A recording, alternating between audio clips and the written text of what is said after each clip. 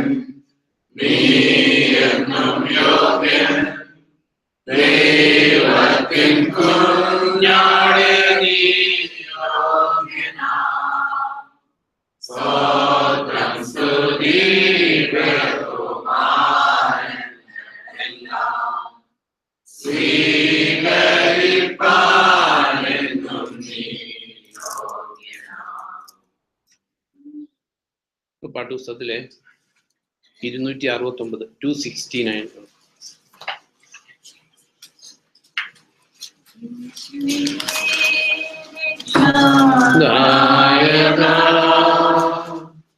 നിന്റെ സന്നിധി വരുന്നേ എന്റെ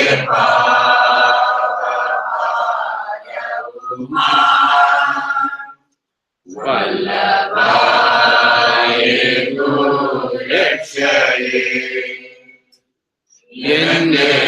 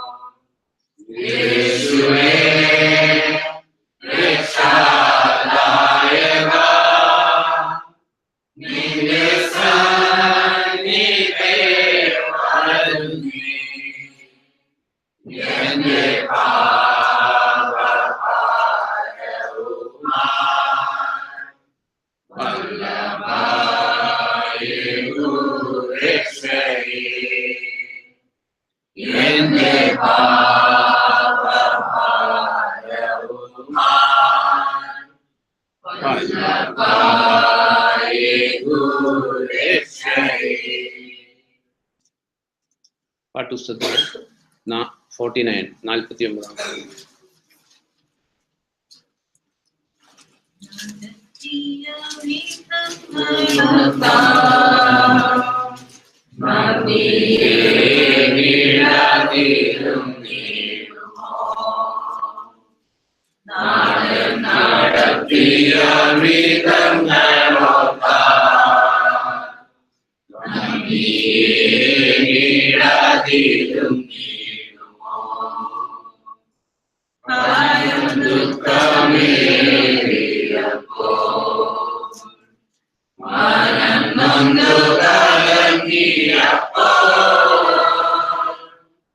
I am the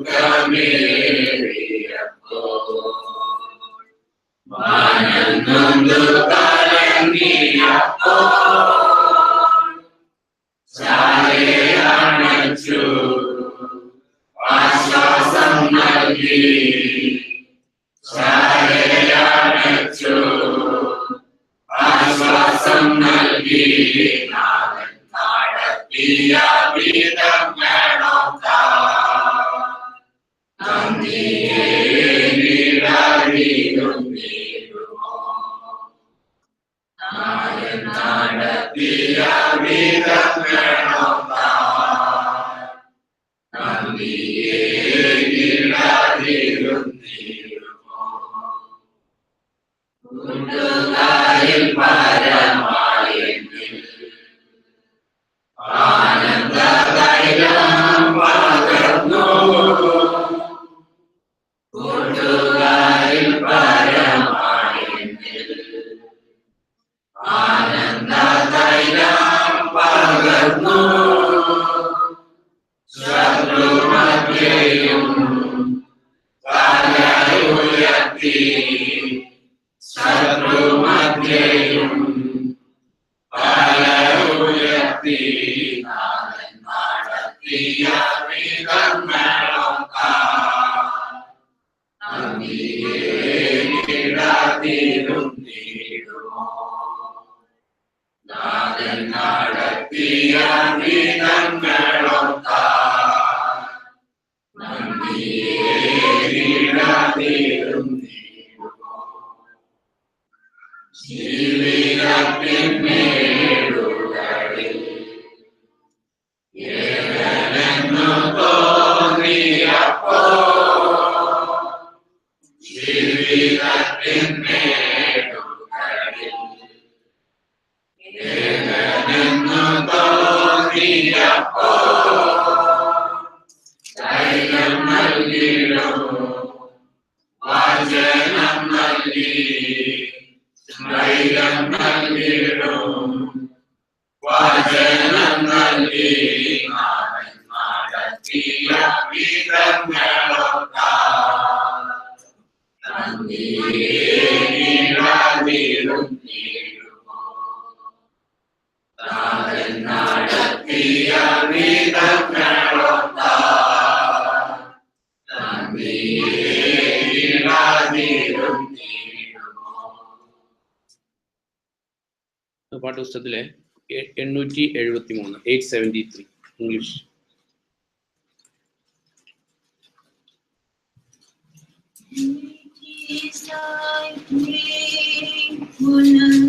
Oh God, my Father, there is no shadow turning with thee.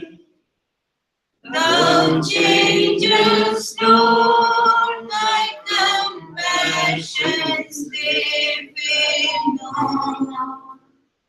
As thou hast been, thou forever wilt be. Great is thy faithfulness.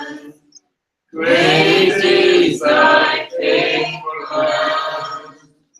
Morning by morning, new mercies I see. All I have needed, thy hand hath provided. Great is thy faithfulness, Lord, unto me. Summer and winter and springtime and harvest, sun, moon, and stars in their courses above, join with all nature in manifold witness to thy great faithfulness, mercy, and love. Great is thy faithfulness. Great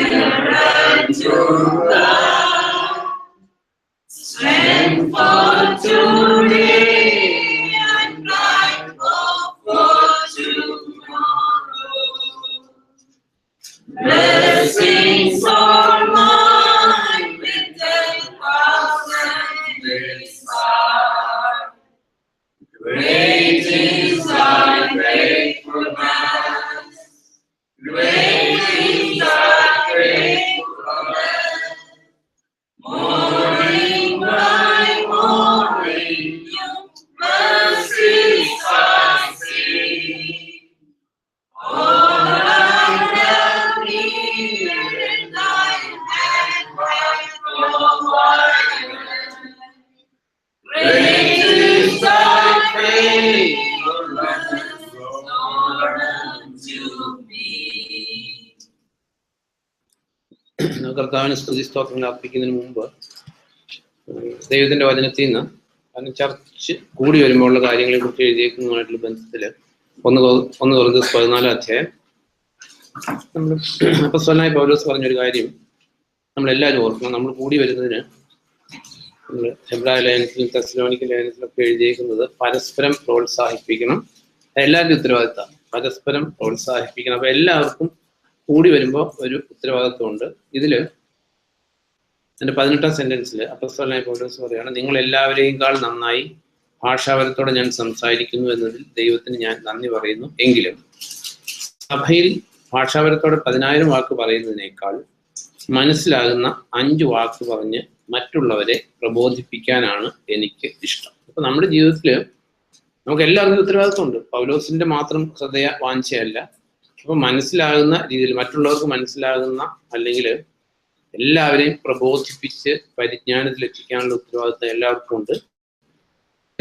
ഈ 14ന്റെ 31ാമത്തെ സെന്റൻസിൽ ഓരോരുത്തരായി നിങ്ങൾക്ക് എല്ലാവർക്കും പ്രവചിക്കാം, അങ്ങനെ എല്ലാവർക്കും പഠിക്കാം, പ്രചോദനം നേടാം.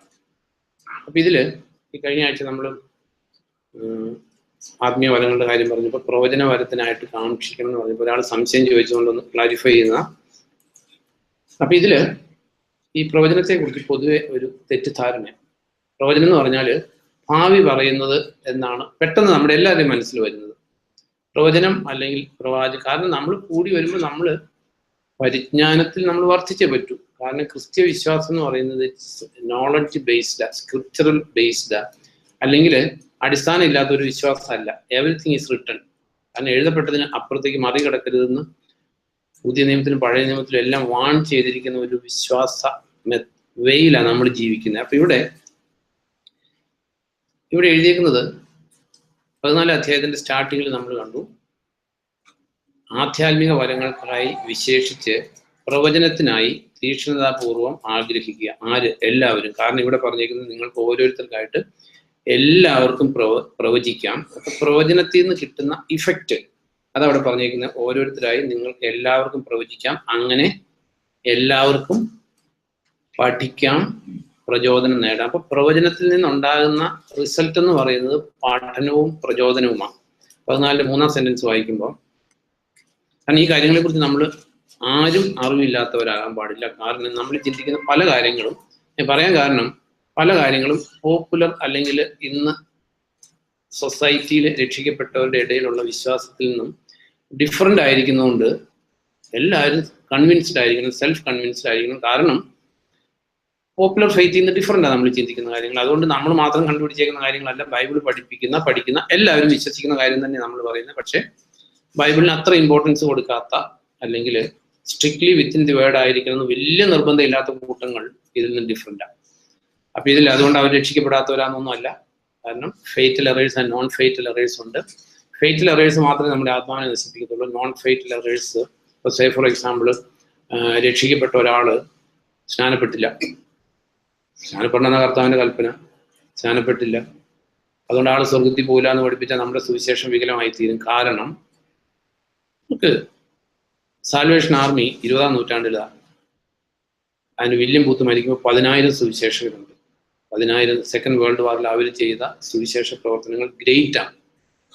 അവര് സ്നാനപ്പെടുത്തിയില്ല, കർത്തൃമേശ ആചരിച്ചില്ല. അപ്പൊ അത് നമ്മൾ ഇതിനെക്കുറിച്ച്, അതുകൊണ്ട് നമ്മൾ സ്നാനപ്പെടുത്തുന്നവരുമാണ്, കർത്തൃമേശ ആചരിക്കുന്നവരുമാണ്. പക്ഷെ സാൽവേഷൻ എവിടെയാണെന്ന് നമുക്ക് അറിയില്ലെങ്കിൽ നമ്മൾ ലോകത്തിലെ ഏറ്റവും വലിയ വിഡ്ഢികളുടെ കൂട്ടത്തിലായി തീരും സ്പിരിച്വലി. അപ്പൊ ഇവിടെ 14 അധ്യായത്തിന്റെ 3ാം സെന്റൻസിൽ പ്രവചനം എന്താണ് എന്ന് എഴുതിയിട്ടുണ്ട്. അതിന്റെ 3ാം സെന്റൻസിൽ, മറിച്ച് പ്രവചിക്കുന്നവൻ മനുഷ്യരോട് അവരുടെ വളർച്ചയ്ക്ക്, പ്രോത്സാഹനത്തിന്, സമാശ്വാസത്തിനുമായി സംസാരിക്കുന്നു. Edification, encouragement and consolation. അതായത് അപ്പം പ്രവചനത്തിന്റെ റിസൾട്ട് ഇപ്പൊ നമ്മൾ പൊതുവെ വിചാരിക്കുന്നത് ഭാവിയെ കുറിച്ച് പറയുന്നതാണ്. പക്ഷെ ഇവിടെ റിസൾട്ട് ഒരു സ്ഥലത്ത് നമ്മൾ കണ്ടു, അങ്ങനെ പഠിക്കാൻ, പ്രചോദനം നേടാം. ഇവിടെ എഴുതിയേക്കുന്നത് അത് തന്നെയാണ്. പ്രവചിക്കുന്നവൻ മനുഷ്യരോട് അവരുടെ വളർച്ചയ്ക്ക്, പ്രോത്സാഹനത്തിന്, സമാശ്വാസത്തിനുമായി സംസാരിക്കുന്നു. അപ്പൊ പ്രവാചകൻ എന്നുള്ളതിന്റെ ബിബ്ലിക്കൽ ഡെഫിനിഷൻ നമ്മൾ പഠിച്ചേ പറ്റും. എക്സോഡസ് 7 എടുക്കുമ്പോൾ, കാരണം ഈ ബിബ്ലിക്കൽ ഡെഫിനിഷനും ഈ പോപ്പുലർ ഡെഫിനിഷനും അല്ലെങ്കിൽ ലിറ്ററൽ ഡെഫിനിഷനും ഒക്കെ ചിലപ്പോൾ ഡിഫറെൻ്റ് ആയിരിക്കും. അതുകൊണ്ടാണ് നമ്മൾ ബൈബിളിലെ ഡെഫിനിഷൻ നമ്മൾ പഠിച്ചേ പറ്റും. കാരണം ബൈബിളിൽ നമ്മൾ പഠിക്കേണ്ടത് ബൈബിളിൽ നിന്നാണ്, അല്ല പുറത്തുനിന്ന് പഠിക്കരുത്. 7-ാം അധ്യായത്തിൽ അതിൻ്റെ 1-ാം സെന്റൻസിൽ കർത്താവ് മോശയോട് അരുളി ചെയ്തു, ഞാൻ നിന്നെ ഫറവോന് ദൈവതുല്യനാക്കുകയാണ്, നിന്റെ സഹോദരനായ അഹ്റോനാകട്ടെ നിന്റെ പ്രവാചകനായിരിക്കും. അപ്പൊ മോശയോട് ദൈവം പറയുകയാണ്, അഹ്റോൻ ആരുടെ പ്രവാചകനായിരിക്കും? മോശയുടെ പ്രവാചകനായിരിക്കും, ദൈവത്തിന്റെ അല്ല. കാരണം നമുക്കറിയാം മോശയ്ക്ക് ഇച്ചിരി സ്റ്റാമറിങ് ടങ് ആയിരുന്നു, സംസാരത്തിന് പ്രശ്നം ഉണ്ടായിരുന്നു. അതുകൊണ്ട് മോശയുടെ സ്പോക്സ് പേഴ്സൺ ആയിരുന്നു അഹ്റോൻ. ഇപ്പൊ നമ്മളെ സംബന്ധിച്ച് ഈ നമ്മൾ പറഞ്ഞ പോപ്പുലർ ഫെയ്ത്തിൽ നിന്ന് അല്ലെങ്കിൽ പോപ്പുലർ സൊസൈറ്റിയിൽ അക്സെപ്റ്റ് ചെയ്തിരിക്കുന്ന പലതിൽ നിന്ന് ഡിഫറെൻ്റ് ആയത് നമ്മൾ തന്നെ കണ്ടെത്തിയിരിക്കുന്ന കാര്യമൊന്നുമല്ല, എല്ലാവരും കണ്ടെത്തിയിരിക്കുന്ന കാര്യം ബൈബിൾ പഠിക്കുന്നത്. അതുകൊണ്ട് ഇത് സ്ട്രെയിഞ്ച് ആണെന്നോ അല്ല വ്യത്യാസമുള്ളതാണെന്നും വിചാരിക്കരുത്. അപ്പോൾ പ്രവാചകൻ എന്ന് പറഞ്ഞാൽ ഭാവി പറയുന്ന ആളല്ല. ഭാവി പറയാം, പാസ്റ്റ് പറയാം, ഫ്യൂച്ചർ പറയാം, പ്രസന്റ് പറയാം, ബട്ട് മീനിങ് ഇത്രേ ഉള്ളൂ, സ്പോക്സ് പേഴ്സൺ. അപ്പൊ നമ്മൾ പ്രവചന വരത്തിനായിട്ട് കാക്ഷിക്കുക എന്ന് പറയുമ്പോൾ അപ്പൊ നമ്മൾ ആരുടെ പ്രവാചകനാകാനായിട്ടാണ് നമ്മൾ പ്രാർത്ഥിക്കുന്നത്? കർത്താവിന്റെ, അതായത് ദൈവത്തിന്റെ പ്രവാചകനാകാൻ വേണ്ടി നമ്മൾ കാക്ഷിക്കുന്നത്. ദൈവത്തിന്റെ പ്രവാചകൻ എന്ന് പറഞ്ഞാൽ ദൈവത്തിന്റെ സ്പോക്സ് പേഴ്സൺ. ദൈവത്തിന് പറയാനുള്ളത് ജെനിസിസ് ടു റെവലേഷനേ ഉള്ളൂ. ഇതിന് പുറത്തുനിന്ന് ആരെന്ത് പറഞ്ഞാലും അയാൾ ദൈവത്തിന്റെ പ്രവാചകനല്ല. അത് നമ്മൾ അറിഞ്ഞിരിക്കുന്ന ഒരു കാര്യമാണ്. 1 Peter 4:18 വായിക്കുമ്പോൾ ആരെങ്കിലും, നമുക്കറിയാവുന്ന സെന്റൻസുകളാണ്, ഒന്ന് ഓർത്താൽ മതി. അല്ല 4:18 അല്ല 11. ആരെങ്കിലും സംസാരിക്കുന്നെങ്കിൽ ദൈവത്തിന്റെ അരുളപ്പാടുകൾ നൽകുന്നവനെ പോലെ സംസാരിക്കട്ടെ. അപ്പൊ ഈ നിങ്ങൾ ഓരോരുത്തർക്കായിട്ട് എല്ലാവർക്കും പ്രവചിക്കാമെന്ന് പറഞ്ഞേക്കുന്ന ആ പ്രവചനം, അല്ലെങ്കിൽ ആരെങ്കിലും സംസാരിക്കുന്നെങ്കിൽ അവനവന് ഇഷ്ടമുള്ളത് എന്തെങ്കിലും സംസാരിക്കാൻ ഇറ്റ്സ് നോട്ട് പെർമിറ്റഡ്. ആരെങ്കിലും സംസാരിക്കുന്നെങ്കിൽ ദൈവത്തിന്റെ അരുളപ്പാടുകൾ നൽകുന്നവനെ പോലെ സംസാരിക്കട്ടെ. അപ്പൊ നമ്മുടെ ജീവിതത്തിൽ നമ്മൾ അറിയേണ്ട ഒരു കാര്യം, അപ്പൊ ഒരു നാച്ചുറലി ഉണ്ടാകുന്ന ഒരു ഡൗട്ടാണ്. അപ്പോസ്തല പ്രവൃത്തിയിൽ അഗാബാസ് Acts 11 and 21 രണ്ട് സ്ഥലത്ത് അഗാബാസ് പ്രവചിക്കുന്നുണ്ട്. Acts 11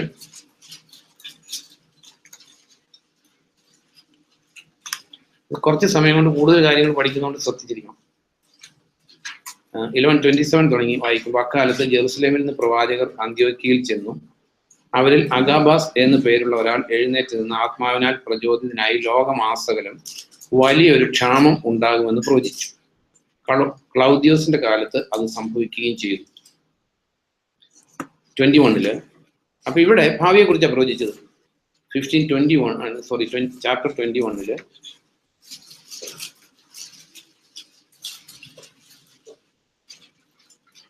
അതില് ഇവിടെ അതിന്റെ 7-ാം സെന്റൻസ് തുടങ്ങി വായിക്കുമ്പോൾ 10-ാം സെന്റൻസ് തുടങ്ങി വായിച്ചാൽ മതി. ഞങ്ങൾ കുറെ ദിവസം താമസിച്ചു കഴിഞ്ഞപ്പോൾ അഗാബാസ് എന്നു പേരുള്ള ഒരു പ്രവാചകൻ യൂദായിൽ നിന്ന് അവിടെ വന്നു. അയാൾ ഞങ്ങളുടെ അടുക്കൽ വന്ന് പൗലോസിന്റെ അരക്കച്ച എടുത്ത് തന്റെ കൈകാലുകൾ കെട്ടിയിട്ട് പറഞ്ഞു, ജെറുസലേമിലെ യഹൂദർ ഈ അരപ്പട്ടയുടെ ഉടമസ്ഥനെ ഇതുപോലെ തന്നെ ബന്ധിച്ച് വിജാതിയർക്ക് ഏൽപ്പിച്ചു കൊടുത്തു. ഇത് പരിശുദ്ധാത്മാവ് അരുളി ചെയ്തു. ഇതില് it's written in new testament. നമ്മുടെ അപ്പസ്തോല പ്രവൃത്തിയെ കുറിച്ച് അത് അവനവൻ ജഡ്ജ് ചെയ്ത് തീരുമാനിക്കേണ്ട കാര്യം ഞാൻ പറയുന്നത് അതുകൊണ്ട് സ്വീകരിക്കരുത്. അപ്പൊ ഇതിൽ അപ്പസ്തോല പ്രവൃത്തി എന്ന് പറഞ്ഞാൽ it's a transition from Jewish faith to Christian ഫെയ്ത്താ. എന്നാൽ അപ്പസ്തോല പ്രവൃത്തിയിൽ പ്രിഡോമിനന്റ്ലി ഏത് ഫെയ്ത്താ? ജൂവിഷ് ഫെയ്ത്താ. കാരണം വെറുതെ പറയുന്നില്ല, എക്സാമ്പിൾ നോക്കിയാൽ ഇപ്പൊ അപ്പസ്തോല പ്രവൃത്തി 3-ാം അധ്യായം എടുക്കുമ്പോൾ 3-ാം അധ്യായം തുടങ്ങുന്ന എങ്ങനെയാണ്? 9-ാം മണിക്കൂറിലെ പ്രാർത്ഥനയ്ക്കായി പത്രോസും യോഹന്നാനും ദേവാലയത്തിലേക്ക് പോവുകയായിരുന്നു. അപ്പൊ ഇത് വായിച്ചിട്ട് എനിക്കറിയാം അറ്റ്ലീസ്റ്റ് ഒരാളെങ്കിലും പറഞ്ഞിട്ടുണ്ട് അത് പുതിയ നിയമത്തിൽ ഈ ദേവാലയത്തിൽ പോക്കും ഒക്കെ ഉണ്ട്. അപ്പൊ ഇവിടെ പത്രോസും യോഹന്നാനും 9-ാം മണിക്കൂറിലെ പ്രാർത്ഥനയ്ക്കായി. അപ്പൊ ഈ യഹൂദർക്ക് 9-ാം മണിക്കൂർ പ്രാർത്ഥനയുണ്ട്, 3-ാം മണിക്കൂർ പ്രാർത്ഥനയുണ്ട്, ഇങ്ങനെ എല്ലാം ടൈം ബേസ്ഡ് ആയിട്ടുള്ള പ്രാർത്ഥനകളുണ്ട്. നമുക്ക് അങ്ങനെ ഒരു പ്രാർത്ഥന ഇല്ല. നമ്മൾ അറിയേണ്ട ഒരു കാര്യമാണ്, 9-ാം മണിക്കൂറിൽ നമ്മളോട് പറഞ്ഞിരിക്കുന്നത് എന്താ? പ്രേ കണ്ടിന്യൂസ്ലി എന്നാണ്. 9-ാം മണിക്കൂറിലെ പ്രാർത്ഥനയ്ക്കായി പത്രോസും യോഹന്നാനും ദേവാലയത്തിലേക്ക് പോവുകയായിരുന്നു. അതുകൊണ്ട് ഇവർ ദേവാലയത്തിൽ പോയതുകൊണ്ട് നമുക്കും അങ്ങനെ ഒരു ദേവാലയത്തിൽ പോയിട്ടുണ്ടെന്ന് വിശ്വസിച്ചാൽ നമ്മൾ we are very weak in understanding the scripture ആവും, നമ്മൾ ഗ്രഹിക്കാത്തവരായി തീരും. അതിന്റെ ഹിസ്റ്ററിയിൽ AD 70 വരെ, കാരണം ജെറുസലേം ദേവാലയം തകർക്കപ്പെടുന്നവരെ ഈ ഏർലി അപ്പസ്റ്റോൾസും ക്രിസ്ത്യൻസ് എല്ലാം ഈ ജെറുസലേം ദേവാലയത്തെ ചുറ്റിപ്പറ്റിയൊക്കെ ആയിരുന്നു അവരുടെ പ്രാർത്ഥനകളും കാര്യങ്ങളും എല്ലാം നടന്നുകൊണ്ടിരുന്നത്. അതിന്റെ 10-ാം അധ്യായം എടുക്കുമ്പോൾ, അപ്പോസ്തല പ്രവൃത്തി 10-ാം അധ്യായത്തില് അറിയാവുന്ന സ്ഥലം കൊർണേലിയസിന്റെ സമയത്ത് അവിടെ 10-9 വായിക്കുമ്പോൾ, അവർ യാത്ര ചെയ്ത് പിറ്റേന്ന് നഗരത്തിനടുത്ത് എത്തിയപ്പോൾ ഏതാണ്ട് 6-ാം മണിക്കൂറിൽ പ്രാർത്ഥനയ്ക്കായി പത്രോസ് വീടിന്റെ മട്ടുപ്പാവിൽ കയറി. അവിടെ പത്രോസ് 6-ാം മണിക്കൂറിലെ പ്രാർത്ഥന, അവർക്ക് സ്ട്രിക്റ്റ് ആയിട്ടുള്ള ജൂയിഷ് പ്രാക്ടീസുകളുണ്ട്. 3-ാം മണിക്കൂർ, 6-ാം മണിക്കൂർ, 9-ാം മണിക്കൂറൊക്കെ പ്രാർത്ഥനയ്ക്കും. അപ്പൊ ഇവിടെയൊക്കെ ഇവര് എന്താ പറയുക, ഒരു 80% ജൂയിഷ് ആൻഡ് 20% ക്രിസ്ത്യനാണ്. അങ്ങനെ മുമ്പോട്ട് പോകുമ്പോൾ നമ്മൾ തുടർന്ന് വായിച്ചു വരുമ്പോൾ അതിന്റെ ചാപ്റ്റർ 21 എത്തുമ്പോൾ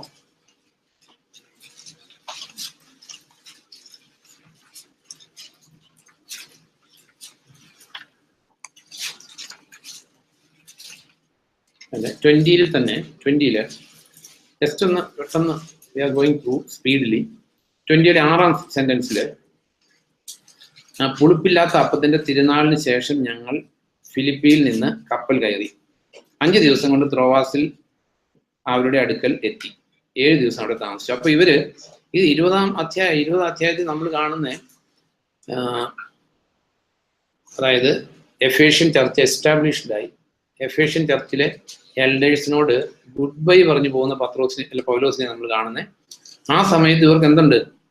പുളിപ്പില്ലാത്ത അപ്പവും പുളിപ്പില്ലാത്ത അപ്പത്തിന്റെ തിരുനാളും കാര്യങ്ങളൊക്കെ ഉണ്ട്. വേറൊരു സ്ഥലത്ത് പൗലോസ് പറയുന്നുണ്ട്, കഴിയുമെങ്കിൽ എങ്ങനെയെങ്കിലും എനിക്ക് പെന്തിക്കോസിന് മുമ്പായിട്ട് ജെറുസലേമിൽ എത്തിപ്പെടണം. ദെൻ 21-ാം അധ്യായം എടുക്കുമ്പോൾ അതിന്റെ 20 തുടങ്ങി വായിക്കുമ്പോൾ, അത് കേട്ടപ്പോൾ അവർ ദൈവത്തെ സ്തുതിച്ചു. പിന്നീട് അവർ അയാളോട് പറഞ്ഞു, സഹോദരന്റെ യഹൂദരുടെ ഇടയിൽ വിശ്വാസം സ്വീകരിച്ച എത്ര ആയിരങ്ങൾ ഉണ്ടെന്ന് നിങ്ങൾ കാണുന്നുണ്ടല്ലോ. അവരെല്ലാവരും നിയമാനുഷ്ഠാനത്തിൽ വളരെ നിഷ്ഠയുള്ളവരുമാണ്. എന്നാൽ മക്കളെ പരിച്ഛേദനം ചെയ്യേണ്ടതില്ലെന്നും ആചാരങ്ങൾ അനുഷ്ഠിക്കേണ്ടതില്ലെന്നും നിർദ്ദേശിച്ചുകൊണ്ട് മോശയെ അവഗണിക്കാൻ വിജാതിരുടെ ഇടയിൽ വസിക്കുന്ന യഹൂദരെയെല്ലാം നീ പഠിപ്പിക്കുന്നതായി നിന്നെപ്പറ്റി അവർ കേട്ടിരിക്കുന്നു. ഇനി എന്താണ് ചെയ്യേണ്ടത്? നീ വന്നിട്ടുണ്ടെന്ന് അവർ തീർച്ചയായും അറിയും. അതിനാൽ ഞങ്ങൾ നിന്നോട് പറയുന്നത് ചെയ്യുക. വ്രതം സ്വീകരിച്ച 4 പേർ ഞങ്ങളുടെ കൂട്ടത്തിൽ ഉണ്ട്. ഈ മനുഷ്യരെ കൂട്ടിക്കൊണ്ട് ഇവരോടൊപ്പം ശുദ്ധീകരണ കർമ്മങ്ങൾ അനുഷ്ഠിക്കുക. ശിരോമുണ്ടനത്തിനുള്ള അവരുടെ ചെലവ് കൊടുക്കുക. അവർ നിന്നെപ്പറ്റി കേട്ടതിൽ ഒട്ടും നേരില്ലെന്നും നീ തന്നെ നിയമം അനുസരിച്ച് ജീവിക്കുന്നവനാണെന്നും എല്ലാവരും അറിഞ്ഞുകൊള്ളട്ടെ. വിശ്വാസം സ്വീകരിച്ച വിജാതിയരെ പറ്റിയുള്ള ഞങ്ങളുടെ തീരുമാനം ഉൾക്കൊള്ളുന്ന ഒരു കത്ത് അവർക്ക് അയച്ചിട്ടുണ്ട്. വിഗ്രഹങ്ങൾക്ക് ബലിയർപ്പിച്ച വസ്തുക്കൾ, രക്തം, ശ്വാസം മുട്ടിച്ചു കൊന്നവ, വ്യഭിചാരം എന്നിവയിൽ നിന്ന് അവർ അകന്നിരിക്കണം. പിന്നീട് പൗലോസ് ആ മനുഷ്യരെ കൂട്ടിക്കൊണ്ടുപോയി അടുത്ത ദിവസം അവരോടുകൂടെ സ്വയം ശുദ്ധീകൃതനായി ശുദ്ധീകരണത്തിന്റെ ദിവസങ്ങൾ തികയുന്നത് എന്നാണെന്ന് അവരിൽ ഓരോരുത്തരും വേണ്ടി എന്ത് വഴിപാടാണ് അർപ്പിക്കുന്നതെന്നും അറിയിക്കാൻ അയാൾ ദേവാലയത്തിലേക്ക് പോയി. ഇതൊക്കെ വളരെ ക്രിസ്ത്യാനിറ്റി തുടങ്ങി വളരെ വത്സരങ്ങൾക്ക് ശേഷമുള്ള സംഭവങ്ങൾ. അപ്പൊ ഇവിടെ ശിരോമുണ്ടനത്തിനുള്ള ചെലവ്, വേറൊരു സ്ഥലത്ത് പൗലോസ് തല മുട്ട പഠിക്കുന്നുണ്ട്. അപ്പൊ ഇതിൽ നമ്മൾ അറിയേണ്ട ഒരു കാര്യം, ഈ അഗാബാസിന്റെ പ്രവചനം it is a continuation of the Jewish faith. യഹൂദർക്ക് 1 സാമുവൽ 9-ാം അധ്യായം എടുക്കുമ്പോൾ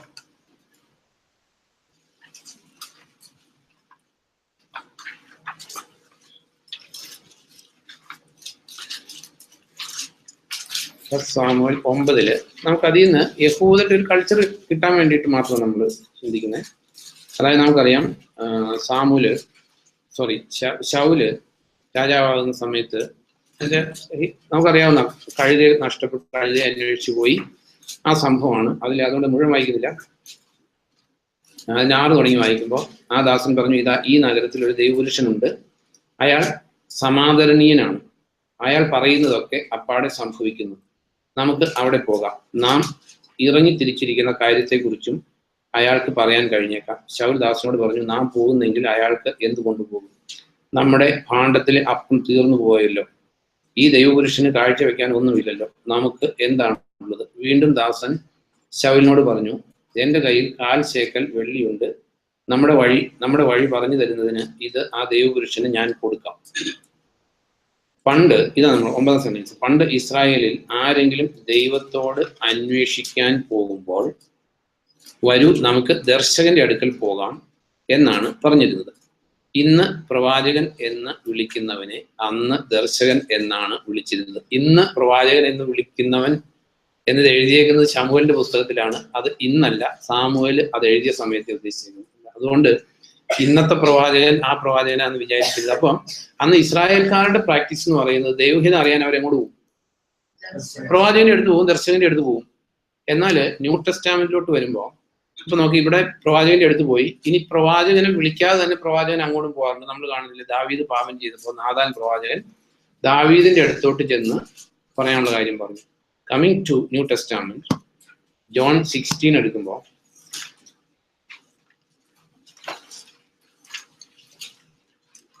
അതുകൊണ്ട് ഇന്ന് ദൈവഹിതം അറിയാൻ പ്രവാചകന്റെ അടുത്തേക്ക് പോകുന്ന ആൾക്കാർ ഒന്നും ഗ്രഹിക്കാത്തവരാ. കഥ അറിയാതെ ആടുക എന്ന് പറയും. ഒന്നും അറിയില്ല, ദൈവത്തിന്റെ വചനം അറിയില്ല, ന്യൂ ടെസ്റ്റാമെന്റും അറിയില്ല, ഓൾഡ് ടെസ്റ്റാമെന്റും അറിയത്തില്ല, ദേവാലയത്തിൽ തിരശ്ശീല മുകൾ മുതൽ അടിവരെ കീറിയത് എന്തിനാണെന്ന് അറിയത്തില്ല, പഴയ വീഞ്ഞ് പഴയ തോൽപ്പടത്തിലാണ്, പുതിയ വീഞ്ഞ് പഴയ തോൽപ്പടത്തിൽ ഒഴിച്ചു വെച്ചാൽ കർത്താവ് എന്ത് പറഞ്ഞു? അപ്പൊ ഇന്നത്തെ ക്രിസ്ത്യാനിറ്റി അങ്ങനെ പോയിക്കൊണ്ടിരിക്കുന്നത്.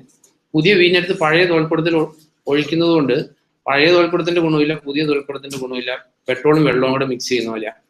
പെട്രോളും വെള്ളവും കൂടെ മിക്സ് ചെയ്താൽ അത് പെട്രോളിനും കൊള്ളത്തില്ല, വെള്ളത്തിനും കൊള്ളത്തില്ല. എന്ത് യൂസ്ലെസ് ക്രിസ്ത്യാനിറ്റിയിൽ പോയിക്കൊണ്ടിരിക്കുന്നത്. അറ്റ്ലീസ്റ്റ് നമ്മൾ ആരെയും ജഡ്ജ് ചെയ്യാനല്ല, കറക്റ്റായിട്ട് ദൈവത്തിന്റെ വചനം പഠിച്ചില്ലെങ്കിൽ കർത്താവിന്റെ മുമ്പിൽ നിൽക്കാൻ പറ്റില്ല. അപ്പൊ ഇതില് ജോൺ ചാപ്റ്റർ 16 അതിന്റെ 7 തുടങ്ങി വായിക്കുമ്പോൾ, എങ്കിലും സത്യം ഞാൻ നിങ്ങളോട് പറയുന്നു, ഞാൻ പോകുന്നത് നിങ്ങളുടെ നന്മയ്ക്കാണ്. ഞാൻ പോകുന്നില്ലെങ്കിൽ സഹായകൻ നിങ്ങളുടെ അടുക്കൽ വരികയില്ല. ഞാൻ പോയാൽ അവനെ നിങ്ങളുടെ അടുക്കിലേക്ക് ഞാൻ അയക്കും. അപ്പൊ നമ്മൾ അറിയേണ്ട ഒരു കാര്യം, ഓൾഡ് ടെസ്റ്റാമെന്റില് the third personality of the trinity, ദൈവത്തിന്റെ പരിശുദ്ധാത്മാവ് തുടർമാനമായിട്ട് മനുഷ്യരോട് കൂടെ വസിക്കുന്ന ഒരു സ്റ്റേജ് ഇല്ല.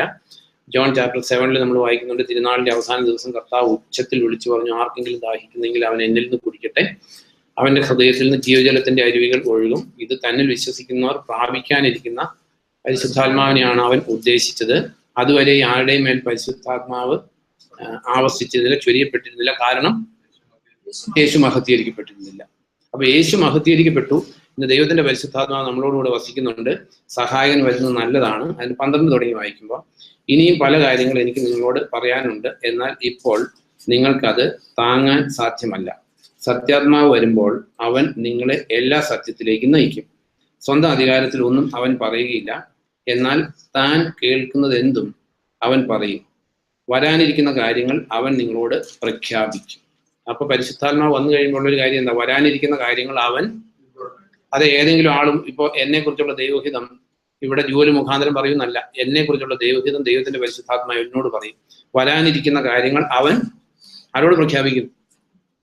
ശ്രദ്ധിക്കും, ഇത് വളരെ പ്രധാനപ്പെട്ട കാര്യങ്ങളാണ്. കാരണം ഇതൊക്കെ ക്രിസ്ത്യാനിറ്റിയിൽ ടോട്ടലി പ്രവാചക ശുശ്രൂഷ ഇന്നും ദൈവഹിതം അറിയാൻ പ്രവാചകന്റെ അടുത്തേക്ക് പോകുന്ന അജ്ഞരായിട്ടുള്ള ആൾക്കാർ ലോകത്ത് ജീവിച്ചിരിക്കുന്നുണ്ട്. നമ്മൾ അതിൽ പെട്ടുപോയാൽ എന്താ പ്രശ്നം? പെട്ടുപോയാലുള്ള പ്രശ്നമാണ് നമ്മൾ അറിയേണ്ടത്. എസേക്കിയൽ 14 verse 10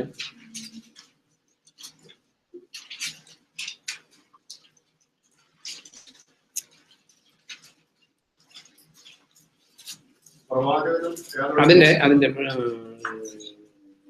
9 തുടങ്ങി വായിക്കുമ്പോൾ, ഒരു പ്രവാചകൻ വഞ്ചിതനായി ഒരു പ്രവചനം പറഞ്ഞാൽ, അപ്പൊ ഇന്ന് വേറൊരാളുടെ ഫ്യൂച്ചർ ഞാൻ പറയുവാണെങ്കിൽ ഞാൻ ഓൾറെഡി ഡിസീവ്ഡാ.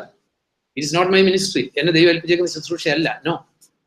അപ്പൊ ഒരു പ്രവാചകൻ വഞ്ചിതനായി ഒരു പ്രവചനം പറഞ്ഞാൽ, ഇപ്പൊ നമ്മൾ അറിയേണ്ട ഒരു കാര്യം, എന്നെ കുറിച്ചുള്ള ദൈവഹിതം പറയാനും പറഞ്ഞ് വേറൊരാൾ വന്ന് തലയെ കൈവച്ച് പ്രാർത്ഥിച്ച് ഇന്നത് പറയുവാണെങ്കിൽ ഓൾറെഡി നമ്മൾ മനസ്സിലാക്കേണ്ട ഒരു കാര്യം എന്താ? That prophet is a deceived പ്രൊഫറ്റാ. ഫാൾസ് എന്ന് പറയുന്നില്ല, ഡിസീവ്ഡാ.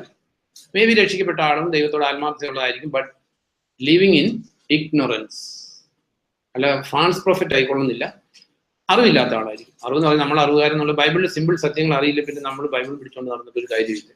ബൈബിളിൽ സിമ്പിൾ മനസ്സിലാക്കാൻ പറ്റുന്ന കാര്യങ്ങൾ ഞാൻ നിങ്ങൾക്ക് എഴുതുന്നുള്ളൂ. പൗലോസ്, അതായത് അപ്പൊ പറയും അപ്പസ്തല പ്രവൃത്തിയില്ല, ഷണ്ടം പറയുന്നില്ല, ആരെങ്കിലും വ്യാഖ്യാനിച്ചു തരാതെ ഞാനെങ്ങനെ. ഓൾഡ് ടെസ്റ്റമെന്റ് അത്. ഐസയുടെ പുസ്തകം വായിച്ചുകൊണ്ടിരിക്കുന്ന ഷണ്ടം പറഞ്ഞത് കേട്ടിട്ട് ആരെങ്കിലും വ്യാഖ്യാനിച്ചു തരാതെ എനിക്കിന്ന് ബൈബിൾ മനസ്സിലാവില്ല എന്ന് പറഞ്ഞാൽ you are living in ignorance and darkness. First ജോണിൽ നമ്മൾ വായിക്കുന്നു, അവന്റെ അഭിഷേകം നിങ്ങളിലുണ്ടെങ്കിൽ ആരും നിങ്ങളെ വഞ്ചിക്കില്ലെന്നല്ല.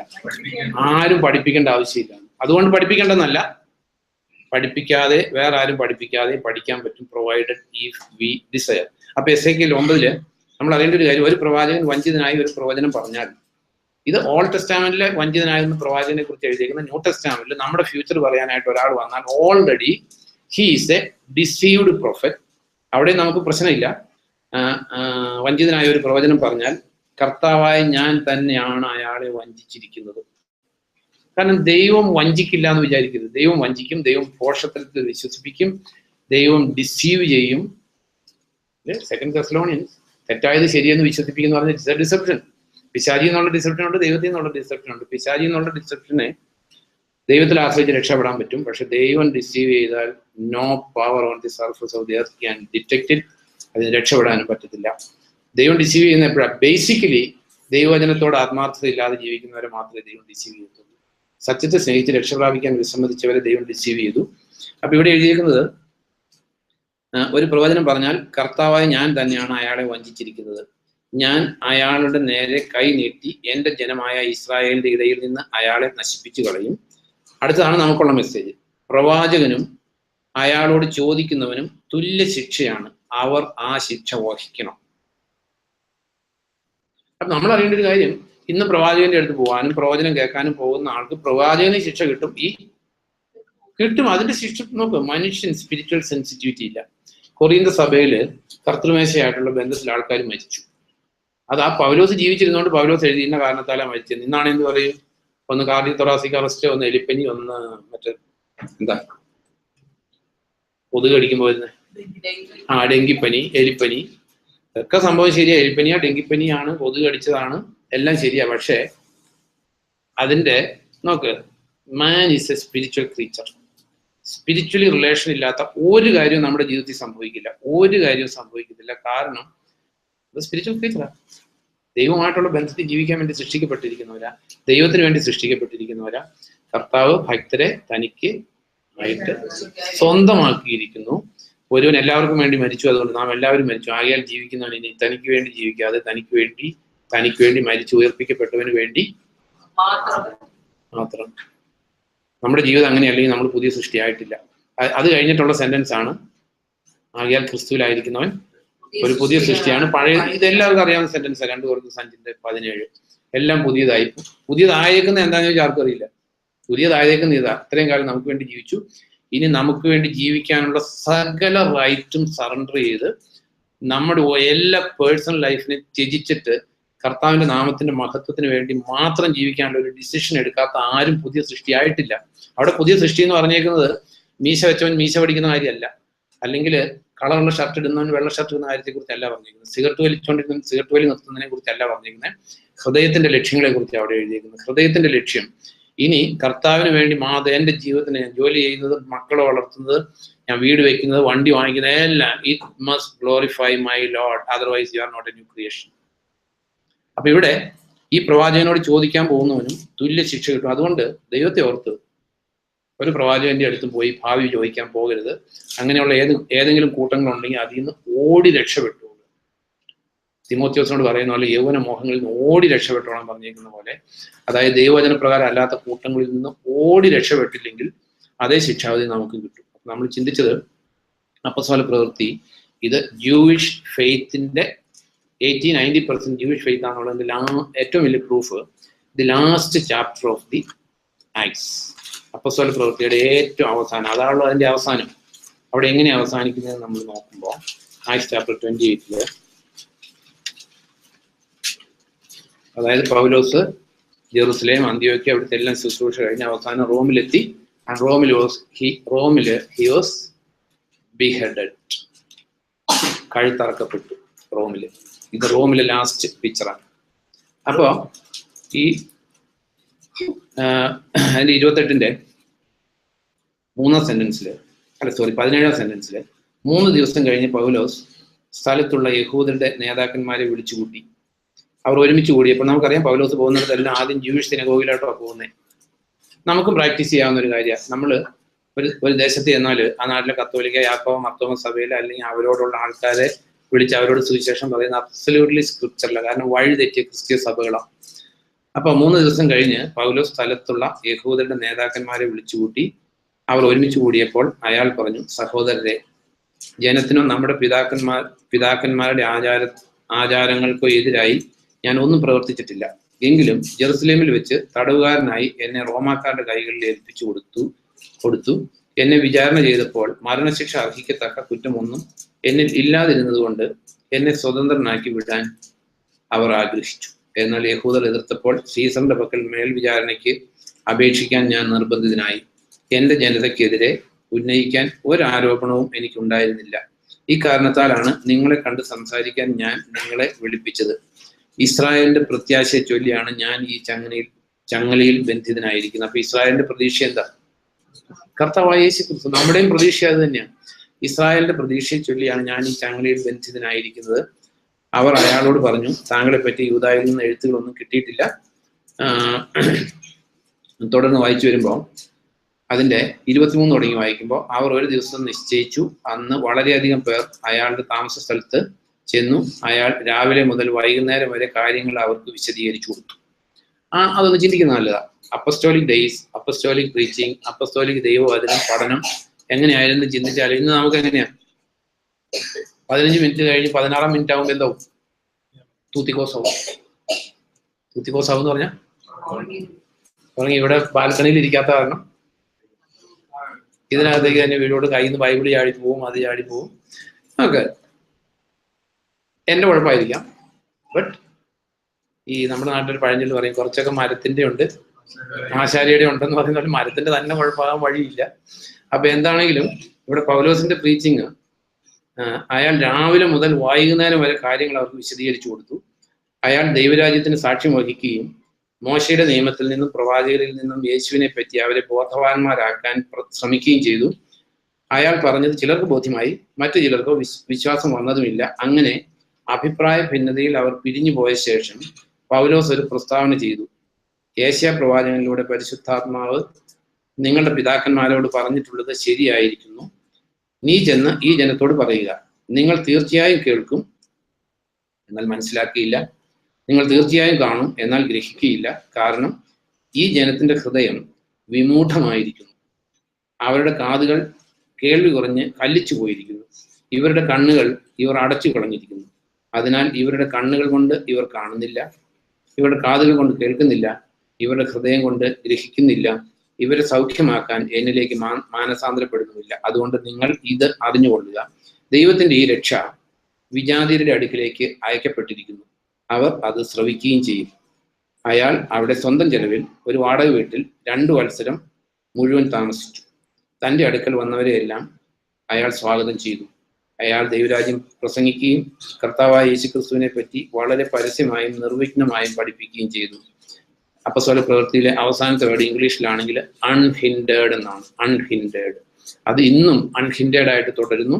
അറ്റ് ദി സെയിം ടൈം ഇത് നമ്മൾ കാണുന്ന അപ്പസ്തോല പ്രവൃത്തിയുടെ അവസാനം ജൂയിഷ് ഫെയ്ത്തിനോട് ഗുഡ് ബൈ പറയുന്നതാണ്. ദാറ്റ് മീൻസ് ഇതിനകത്ത് പ്രിഡോമിനന്റ്ലി ഈ ലാസ്റ്റ് ചാപ്റ്റർ വരെ യഹൂദരുടെ ഇടയിലുള്ള പ്രവർത്തനങ്ങളാണ്. അതിന്റെ പാർട്ടാണ് അഗാബാസിന്റെ പ്രവചനം. അതുകൊണ്ട് ഇന്ന് അങ്ങനെയുള്ള പ്രവചനം ചെയ്ത് അതിന്റെ പുറകെ പോയി നമ്മൾ നശിച്ചു പോകരുത്. കാരണം ഇന്നത്തെ പ്രവചനം ഇറ്റ് ഈസ് ഫോർ ദൈവത്തിന്റെ പ്രവാചകരാകാനാണ് നമ്മൾ പ്രാർത്ഥിക്കേണ്ടത്. ദൈവത്തിന്റെ പ്രവാചകൻ എന്ന് പറഞ്ഞാൽ ദൈവത്തിന്റെ വചനം കൊടുക്കുന്ന ആളാണ്. അതിന്റെ പർപ്പസ് എന്ന് പറയുന്നത് എൻകറേജ്മെന്റ്, എഡിഫിക്കേഷൻ ആൻഡ് കൺസോളേഷൻ, പ്രോത്സാഹനത്തിനും സമാശ്വാസത്തിനും വളർച്ചയ്ക്കുമായിട്ടുള്ള ദൈവത്തിന്റെ വചനം. അപ്പൊ ഈ പ്രവചനവും ടീച്ചിങ്ങുമായിട്ടുള്ള ഡിഫറൻസ് എന്താണെന്ന് ചോദിച്ചാൽ, പ്രവചനം മീൻസ് എന്താ, അതായത് നീഡ് ബേസ്ഡ്, ടൈംലി. അതുകൊണ്ടാണ് നമ്മൾ വായിക്കുന്ന ആ കൊരിന്ത്യർ ലേഖനം 14 തന്നെ വായിക്കുന്നുണ്ട്, നിങ്ങൾ പ്രവചിച്ചുകൊണ്ടിരിക്കുമ്പോൾ ആരെങ്കിലും കയറി വന്നാൽ അയാൾക്ക് മീൻസ് അയാളെ സംബന്ധിച്ച് സംസാരിച്ചുകൊണ്ടിരിക്കുന്നത്. അതേസമയം ടീച്ചിങ് എന്ന് പറഞ്ഞാൽ you can teach from Genesis to Revelation, any part you can teach. അതിന് പ്രത്യേക ഒരു പ്രവചനവും ടീച്ചിങ് രണ്ടും ദൈവത്തിന്റെ വചനമാണ്. But teaching you can teach from anywhere. പ്രവചനം എന്ന് പറയുന്നത് ആരോയാണ്. അത് പ്രവചനത്തിന്റെ ഗിഫ്റ്റ് ഉണ്ടെങ്കിൽ അത് എല്ലാവരോടും സംസാരിക്കും. ഇല്ലെങ്കിൽ ഇപ്പൊ പഠിപ്പിക്കുന്ന പോലെ തന്നെ anything you can tell. But അതുകൊണ്ടാണ് പ്രവചനപരത്തിനായിട്ട് എല്ലാവരും കാക്ഷിക്കുന്നത്. എന്തിനു വേണ്ടിയാണ്? സഭയുടെ വളർച്ചയ്ക്ക് വേണ്ടിയാണ്. അതിനകത്ത് പാപം ചെയ്തിട്ട് അല്ലെങ്കിൽ രഹസ്യ പാപമുള്ള അല്ലെങ്കിൽ മാനസാന്തരം ആവശ്യമുള്ള ഒരാളിരിക്കുന്നുണ്ടെങ്കിൽ ദൈവത്തിന് പറയാനുള്ള കാര്യം അത് പറയുന്ന ആളുടെ ഒരു ശ്രേഷ്ഠതയല്ല. അപ്പം അനന്യാസ് പ്രവചിച്ചു, അനന്യാസ് നല്ല ആളായതുകൊണ്ടാണ്? അല്ല, അനന്യാസ് കർത്താവിനെ കൊല്ലാനിരിക്കുന്ന ആള്. അപ്പോൾ ഈ ദൈവം ഒരാളെ ഉപയോഗിക്കുന്ന ആളുടെ ക്വാളിറ്റി നോക്കിയിട്ടല്ല, ദൈവം കഴുതയെ ഉപയോഗിച്ചിട്ടുണ്ട് ഒരു പ്രവാചകനെ മാനസാന്തരപ്പെടുത്താൻ. അപ്പം നമ്മളെ സംബന്ധിച്ച് ഗിഫ്റ്റ് ഓഫ് പ്രൊഫസിക്ക് വേണ്ടി നമ്മൾ പ്രാർത്ഥിക്കേണ്ടവരാണ്. അപ്പൊ ഈ ഗിഫ്റ്റ് ഓഫ് പ്രൊഫസി ഓൾഡ് ടെസ്റ്റാമെന്റിലെ ഗിഫ്റ്റ് ഓഫ് പ്രൊഫസി അല്ല ന്യൂ ടെസ്റ്റാമെന്റിലെ. അപ്പൊ അതുപോലെ ഇൻഡിവിജ്വൽ പരിശുദ്ധാത്മാവിന്റെ മിനിസ്ട്രി എന്ന് പറയുന്നത് നമ്മുടെ ജീവിതത്തിന്റെ ഭാവി ദൈവത്തിന്റെ പരിശുദ്ധാത്മാവ് ആരോട് പറയും? നമ്മളോട് തന്നെ പറയും.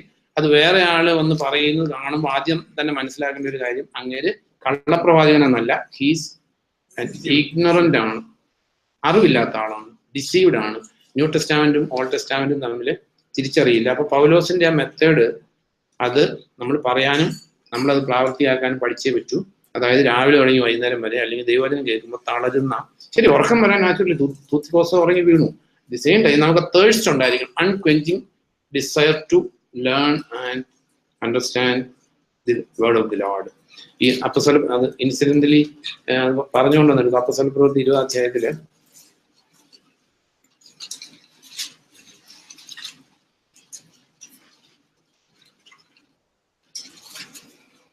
സോറി 20 അല്ല 14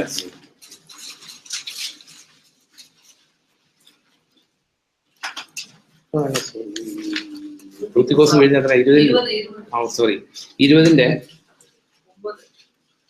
അതെ 9ാം സെന്റൻസ് തുടങ്ങി വായിക്കുമ്പോ ഇങ്ങനെ എഴുതിയേക്കുന്ന, ആഴ്ചയുടെ ആദ്യ ദിവസം ഞങ്ങൾ അപ്പം മുറിക്കാൻ ഒരുമിച്ച് കൂടി. അപ്പൊ നമ്മൾ ചിന്തിച്ചിട്ടുള്ള ആഴ്ചയുടെ ആദ്യ ദിവസം അവർ ഒന്നിച്ചു കൂടി അപ്പം മുറിക്കാനാ. പക്ഷെ ഇന്ന് എങ്ങനെയാ പറയുന്നത്? കൂടി വരുന്നത് എന്തിനു വേണ്ടിയാണോ? ആരാധനയ്ക്ക് വേണ്ടിയിട്ട്. നമുക്ക് ഇതെല്ലാം ടോട്ടലി ഡിഫറെന്റാണ്. അതായത് കൂടി വരുന്നതിന്റെ പ്രൈമറി ലക്ഷ്യം കർത്താവ് ഇത് ഓർമ്മിക്കാൻ വേണ്ടി പറഞ്ഞതുകൊണ്ട് അവർ ആദ്യമേ എല്ലാ ദിവസവും ചെയ്തിരുന്നു. ബട്ട് അവസാനം കാണുന്ന മാതൃക എല്ലാ ദിവസവും ആഴ്ചയിൽ ഒരിക്കലും അവർ കൂടി വന്നത് അപ്പം മുറിക്കാൻ വേണ്ടിയായിരുന്നു. കുർബാനയല്ല, ഇറ്റ്സ് ലോർഡ് സപ്പർ.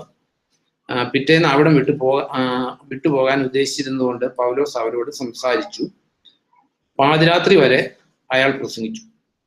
ഞങ്ങൾ സമ്മേളിച്ചിരുന്ന മാളിക മുറിയിൽ ധാരാളം ദീപങ്ങൾ പ്രകാശിച്ചിരുന്നു. അവിടെ ജനാലയ്ക്കരികിൽ യൂത്തിക്കോസ് എന്ന പേരുള്ള ഒരു യുവാവ് ഇരിക്കുന്നുണ്ടായിരുന്നു. പൗലോസിന്റെ പ്രസംഗം പിന്നെയും നീണ്ടുപോയപ്പോൾ, സ്വാഭാവികമായിട്ട് ഇവിടെ അങ്ങനെയൊക്കെ നമ്മുടെ ഇടയിലൊക്കെ സംഭവിക്കുന്ന കാര്യമാണ്, നീണ്ടുപോയപ്പോൾ അയാൾ ഗാഠനിദ്രയിലാണ്. ചെറിയൊരു മയക്കല്ല, നമ്മുടെ ഇവിടെ ഗാഠനിദ്രയൊന്നും വരാറില്ല, മൂക്കം വലിക്കുന്ന ശബ്ദമൊന്നും വരാറില്ല. അധികം തലയാടിപ്പോവും, കയ്യിൽ നിന്ന് ബൈബിളി ആടിപ്പോവും. That's all. നമ്മൾ അപ്പസ്റ്റോലിക് കൂട്ടായ്മയൊക്കെ വളരെ ബെറ്ററാണ്. ഗാഠനിദ്രയിലാണ്ടു. ഉറക്കത്തിലായ അയാൾ 3ാം നിലയിൽ നിന്ന് താഴെ വീണു. ഇരിക്കുന്ന സ്ഥലം വരെ മറന്നുപോയി. അയാളെ എടുക്കുമ്പോൾ അയാൾ മരിച്ചു കഴിഞ്ഞിരുന്നു. അപ്പോൾ പൗലോസ് താഴെ ഇറങ്ങി ചെന്ന് കുനിഞ്ഞ് അയാളെ തഴുകിക്കൊണ്ട് പറഞ്ഞു, പരിഭ്രമിക്കേണ്ട, ഇയാൾക്ക് ജീവനുണ്ട്. പിന്നെ പൗലോസ് മുകളിൽ ചെന്ന് ഇതാ ഞാൻ പറയാൻ ഉദ്ദേശിച്ചത്. അപ്പൊ ഒരാൾ മരിച്ചു, ബുദ്ധിമുട്ട് മരിച്ചു. പൗലോസ് പ്രാർത്ഥിച്ച് അങ്ങനെ റിസറക്റ്റഡ് ആയി, ഇയാൾക്ക് ജീവനുണ്ട്. പിന്നെ പൗലോസ് മുകളിൽ ചെന്ന് അപ്പം മുറിച്ച് ഭക്ഷിച്ച ശേഷം, ഇതാ എന്നെ സ്ട്രൈക്ക് ചെയ്തത്, കൂടെയുള്ള ഒരാൾ വീണു മരിച്ചു, അയാൾ റിസറക്റ്റ് ചെയ്തു. അപ്പോൾ ഉള്ള നേരത്തെ നമ്മളാണ് എന്ത് ചെയ്യും? ഉള്ള നേരത്തെ പ്രാർത്ഥനയൊക്കെ അവസാനിപ്പിച്ച് പോകാൻ ഇവിടെ ആൾ പ്രശ്നമായി തുടങ്ങി. മുകളിൽ ചെന്ന് അപ്പം മുറിച്ച് ഭക്ഷിച്ച ശേഷം എന്ത് ചെയ്തു? പുലർച്ചെ വരെ ദീർഘനേരം അവരുമായി സംഭാഷണത്തിൽ ഏർപ്പെട്ടു. അപ്പൊ അതുകൊണ്ട് morning to evening, evening to morning, ഇങ്ങനെയൊക്കെ ആവേശത്തോടെ ദൈവവചനം പഠിച്ചവരുടെ കൂടെ പോയി ലൈനിൽ നിന്ന് വിധിയെ നേരിടാനുള്ളവരാണ് നമ്മൾ. നമ്മളെല്ലാം മടിയന്മാരും ഉഴപ്പന്മാരുമായിട്ടൊക്കെ ജീവിച്ചാൽ പ്രശ്നമാവും. അത് നമ്മളൊന്നും ദൈവത്തിന്റെ വചനത്തിൽ നിന്ന് പഠിച്ച് രക്ഷപ്പെടേണ്ടവരാ. അപ്പൊ നമ്മൾ ചിന്തിച്ചത് ഈ ന്യൂ ടെസ്റ്റാമെന്റിലെ പ്രവചനം എന്ന് പറയുന്നത് അത് എല്ലാവർക്കും കിട്ടും കാക്ഷിച്ചാൽ. കാരണം നിങ്ങൾ എല്ലാവരും പ്രവചിക്കണമെന്ന് ദൈവത്തിന്റെ വചനത്തിൽ എഴുതിയിരിക്കുന്നത്. അല്ലാതെ ഒരു പ്രവാചകൻ, ശരി ഇന്ന ആള് ഇങ്ങനെ ഒരു പ്രവാചകൻ, ആൾക്കാർ പോകും അങ്ങനെ അടുത്തേക്ക്, അങ്ങനെ എന്തെങ്കിലുമൊക്കെ പറയും, അത് തലയിൽ കൈ വെച്ചിട്ട് പറയും. എന്നോട് ഒരാൾ പറഞ്ഞു എനിക്ക് പ്രവചനം അറിയില്ലായിരുന്നെങ്കിൽ ഞാൻ പറയിപ്പിക്കില്ല, എനിക്ക് ഇതിനെക്കുറിച്ച് വലിയ വിവരമില്ലായിരുന്നു. എൻ്റെ കയ്യിൽ അല്ല തോളത്ത് കൈ വെച്ചിട്ട് പറഞ്ഞു, എന്തോ ഒരു അന്ധകാരം അകത്തുണ്ട്, ആരോടും പറഞ്ഞുകൂടി അന്ധകാരം അകത്തുണ്ട്, ഇത് നീങ്ങിപ്പോകും. നല്ലൊരു പൊതുവെ പറയുന്ന ഇതാണ്, ഒരു ശുശ്രൂഷ വെളിപ്പെടാനുണ്ട്. ദൈവത്തിന്റെ വചനത്തിൽ പറഞ്ഞിരിക്കുന്നതാണ്. അതായത് ഒരു വീട്ടില് മരം കൊണ്ടും സ്വർണം കൊണ്ടും വെള്ളി കൊണ്ടൊക്കെ ഉള്ള പാത്രം ഒരുവൻ തന്നെ ശുശ്രൂഷിക്കുന്നെങ്കിൽ ഗ്രഹനാഥന് ഏത് ഉപയോഗത്തിനുള്ള പാത്രമായിട്ട് മാറ്റാൻ ദൈവം ആഗ്രഹിക്കുന്നുണ്ട്. ശുശ്രൂഷ എല്ലാവരുടെയും ജീവിതത്തിൽ വെളിപ്പെടുത്താൻ ദൈവം ആഗ്രഹിക്കുന്നുണ്ട്. പക്ഷെ തന്നെ തന്നെ ശുദ്ധീകരിക്കുന്നതനുസരിച്ച് നമ്മുടെ ശുദ്ധിക്ക് അനുസരിച്ചുള്ള ശുശ്രൂഷ ദൈവം തരും. കാരണം ഈ യേശയ്യാപ്രവചനം 52:7 പറഞ്ഞിരിക്കുന്നത്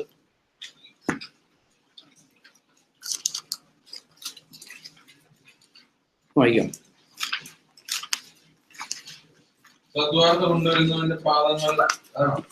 വായിച്ചു. അതല്ല ഞാൻ ഉദ്ദേശിച്ചത്, 59 അതായത് കർത്താവിന്റെ പാത്രങ്ങൾ ചുമക്കുന്നവർ.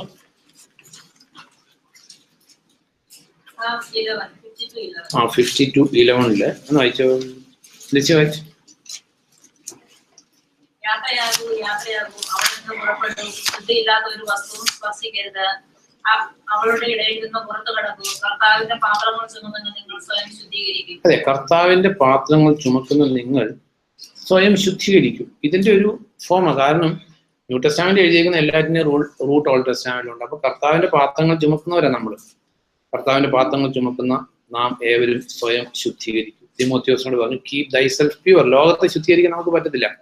സഹോദരൻ എന്ന് പേർ വിളിക്കപ്പെട്ടവൻ ദ്രവ്യാഗ്രഹിയോ അല്ലെങ്കിൽ പരദൂഷകനോ ഒക്കെ ആണെങ്കിൽ അയാളിൽ നിന്ന് അകന്നു നിൽക്കാൻ, അല്ലാതെ ലോകത്തിൽ നിന്ന് അകന്നു നിൽക്കാൻ പറ്റില്ല.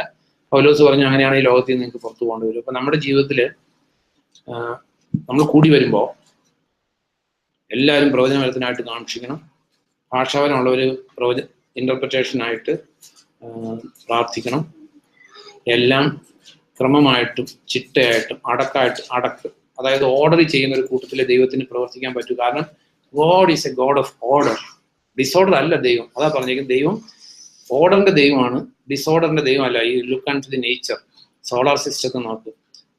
സൂര്യൻ അല്ലെങ്കിൽ ഭൂമി എത്ര വർഷമായി നമുക്ക് അറിയത്തില്ല, may be millions of years. Split second ആക്യുറസിയിൽ 365 ദിവസം എന്ന് പറഞ്ഞാൽ അതിന് മാറ്റമില്ല. അപ്പൊ ദൈവത്തിന്റെ മക്കൾ കൂടി വരുന്നിടത്ത് there must be perfect discipline, perfect order എല്ലാം ഉണ്ടായിരിക്കണം. ഒരാൾ ദൈവത്തിന്റെ വചനം പറയുമ്പോൾ മറ്റുള്ളവർ നിശബ്ദരായിട്ടിരുന്ന് കേൾക്കണം. അല്ലാതെ ഇടയ്ക്കിരുന്ന് അവിടെ നിന്ന് മൂലയ്ക്കിരുന്ന് അവിടെ ഇരുന്ന് ഒച്ച പറയുന്നത്, ഇതൊക്കെ കോണ്ടംപററി ക്രിസ്ത്യാനിയെ വി റിജക്റ്റ് ഇറ്റ്. കാരണം നമുക്ക് മാന്യതയുള്ള ആകർഷകമായിട്ടുള്ള ഒരു ക്രിസ്ത്യ സമൂഹത്തെ ഉണ്ടാക്കാൻ നമ്മളെല്ലാവരും ബാധ്യസ്ഥ within the borders of the സ്ക്രിപ്ചറിന് പുറത്തു പോയിട്ടല്ല. അതുകൊണ്ടാണ് നമ്മൾ ആ കാര്യത്തിൽ പ്രത്യേകം ശ്രദ്ധിക്കുന്നത്. അതുകൊണ്ട് വീണ്ടും മാത്യു ചാപ്റ്റർ 15 ഓരോ ഡിസൈപ്പിളിനും ഉണ്ടായിരിക്കേണ്ട ഒരു കാര്യം നമ്മൾ ചിന്തിക്കാറുള്ളതാണ്. ബട്ട്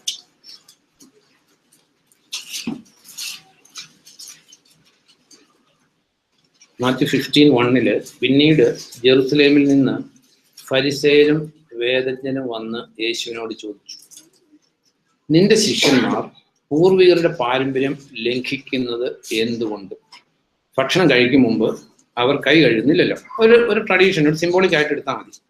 അവൻ പറഞ്ഞു, നിങ്ങൾ എന്തുകൊണ്ടാണ് നിങ്ങളുടെ പാരമ്പര്യത്തിന് വേണ്ടി ദൈവകൽപ്പന ലംഘിക്കുന്നത്? രണ്ട് ചോദ്യം. ഒന്ന്, നമ്മൾ അറിയേണ്ട ഒരു കാര്യം, കർത്താവിന്റെ ഡിസൈപ്പിൾസിനെ കുറിച്ച് കർത്താവിന്റെ അഡ്വൈസറീസിനുണ്ടായിരുന്ന ടെസ്റ്റിമണി. ഈ പരീശന്മാരും ചുങ്കക്കാരും കർത്താവിനെ എതിർക്കുന്നവരും അൾട്ടിമേറ്റ്ലി കർത്താവിനെ ക്രൂശിച്ചവരുമാണ്. പക്ഷെ ഡിസൈപ്പിൾസിനെ കുറിച്ച് ഉണ്ടായിരുന്ന ടെസ്റ്റിമണി നമുക്കും ഇല്ലെങ്കിൽ നമ്മൾ മരിച്ച സ്വർഗത്തിൽ പോകുന്നുള്ളതല്ല, കർത്താവിന്റെ ജെന്യുവൻ ആയിട്ടുള്ള ഡിസൈപ്പിൾസ് എന്ന് പറയാൻ പറ്റത്തില്ല. ഉണ്ടായിരുന്ന ടെസ്റ്റിമണി ഇതായിരുന്നു, നിന്റെ ശിഷ്യന്മാർ പൂർവികരുടെ പാരമ്പര്യം ലംഘിക്കുന്നത് എന്തുകൊണ്ട്? കർത്താവ് ചോദിച്ചു.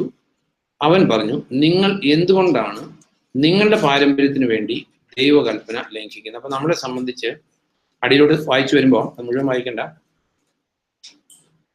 അതിന്റെ 6ാം സെന്റൻസിൽ, അങ്ങനെയുള്ള നിങ്ങളുടെ പാരമ്പര്യത്തിലൂടെ ദൈവവചനത്തെ നിങ്ങൾ നിഷ്ഫലമാക്കിയിരിക്കുന്നു. കപടനാട്യക്കാരെ, നിങ്ങളെക്കുറിച്ച് യേശയ്യാ പ്രവചിച്ചത് എത്രയോ ശരി. ഈ ജനം അധരങ്ങൾ കൊണ്ട് എന്നെ ബഹുമാനിക്കുന്നു, എന്നാൽ ഇവരുടെ ഹൃദയമോ എന്നിൽ നിന്ന് എത്രയോ അകലെയാണ്. മനുഷ്യരുടെ നിയമങ്ങൾ, ഇതാണ് അതിന്റെ കൺക്ലൂഷൻ, നമ്മളെ സംബന്ധിച്ച് ഭയത്തോടെ ഓർക്കേണ്ടത്. മനുഷ്യരുടെ നിയമങ്ങൾ പ്രമാണങ്ങൾ എന്ന നിലയിൽ ഇവർ പഠിപ്പിക്കുന്നു, അതുകൊണ്ട് ഇവർ എന്നെ ആരാധിക്കുന്നത്. 9ാം സെന്റൻസ് ഇംഗ്ലീഷിൽ വായിക്കുമ്പോൾ വായിക്കാം. And in vain they worship me, teaching as doctrines the commandments of men. അതെ, teaching as doctrines the commandments of man as the commandment of the God. അപ്പൊ നമ്മൾ ദൈവത്തിന്റെ വചനം പഠിച്ചില്ലെങ്കിൽ കമാൻഡ്മെന്റ് ഓഫ് ഗോഡ് ഏതാ, കമാൻഡ്മെന്റ് ഓഫ് മാൻ ഏതാന്ന് അറിയത്തില്ല. In case അജ്ഞതയില് commandment of man, if you are following as commandment of God, entire worship going in vain. നമ്മൾ വിചാരിക്കുന്ന പോലെ ഈസി ആയിട്ടുള്ളൊരു വേ അല്ല ക്രിസ്ത്യൻ വേ. കർത്താവ് ദൈവത്തിന്റെ വചനത്തിന്റെ കാര്യത്തിൽ ഭയങ്കര സ്ട്രിക്റ്റാണ്. ശാപത്ത് ലംഘിക്കരുതെന്ന്, ശാപത്ത് ആചരിക്കണം എന്ന് പറഞ്ഞിരുന്നു. ശാപത്തിൽ വിറക് വറക്കാൻ പോയവന് നമ്മൾ വിചാരിക്കും ഒരു വിറക് വറക്കിയ കേസല്ലേ. നമ്മളെ സംബന്ധിച്ചാണ് എന്തെങ്കിലും ഗൗരവമുണ്ടോ അതിന്? ശാപത്തിൽ റെസ്റ്റ് എടുക്കണം എന്ന് പറഞ്ഞിട്ട് ഒരുത്തൻ എന്ത് ചെയ്ത് വിറക് വറക്കാൻ പോയി. നമ്മൾ ദൈവത്തോട് ചോദിക്കട്ടെ എന്ന് പറഞ്ഞ് മോശം ആളെ പിടിച്ചു വെച്ചു വിചാരിച്ചു എന്തെങ്കിലും 2 ദിവസത്തേക്ക് എന്താ പറയുന്നത് കുമ്പസാരിച്ച് പ്രശ്നം തീർത്ത് പോകാന്നൊക്കെ നമ്മൾ വിചാരിക്കും നമ്മുടെ കൾച്ചറിൽ. കർത്താവ് he should be stone to death, he violated the scripture. വേറൊരാള് ഇസ്രായേൽക്കാരി അമ്മയും ഈജിപ്തുകാരൻ അപ്പനും തിരുനാമത്തെ ദുഷിച്ചു. വിചാരിച്ചു ഇത് ഇത്ര വലിയ ഗൗരവമുള്ള കേസൊന്നും അല്ല, കർത്താവിന്റെ നാമം വൃഥാ പ്രയോഗിക്കുന്നത്. പിടിച്ചു, ദൈവഹിതം ആലോചിച്ചു. ദൈവം പറഞ്ഞു he should be stone to death, തിരുനാമത്തെ ദുഷിക്കുന്നവന് വധിക്കപ്പെടണം. ഇതേ ദൈവത്തെ നമ്മൾ സേവിക്കുന്നത്. There is no difference between New Testament and Old Testament. ദൈവത്തിന്റെ സഭയിൽ അനന്യാസും സഫീറയും കള്ളം പറഞ്ഞു, കാപട്യം പറഞ്ഞു, കള്ളം പറഞ്ഞു. അനന്യാസും സഫീറയും മരിച്ചു. അത് സ്റ്റോൺ ടു ഡെത്ത് അല്ല, ദൈവം ഗോഡ് കിൽഡ്. അപ്പൊ നമ്മുടെ ജീവിതത്തിൽ കള്ളം പറയുന്നവര് അതുപോലെ പടിഞ്ഞു മരിക്കുന്നുണ്ടാവുന്നില്ല. But destruction is coming to individual and family. നമ്മൾ അറിഞ്ഞിരിക്കേണ്ട ഒരു കാര്യമാണ്. നുണ പറയുന്നവൻ, Proverbs 19, നുണ പറയുന്നവൻ നമ്മൾ അറിയില്ല എന്ന് പറഞ്ഞു കഴിഞ്ഞാൽ അപ്പൊ നുണ പറയുന്നവന്റെ ശിക്ഷ അറിഞ്ഞില്ലേ നമ്മൾ നുണ പറഞ്ഞുകൊണ്ടിരിക്കും. 19:5 Proverbs.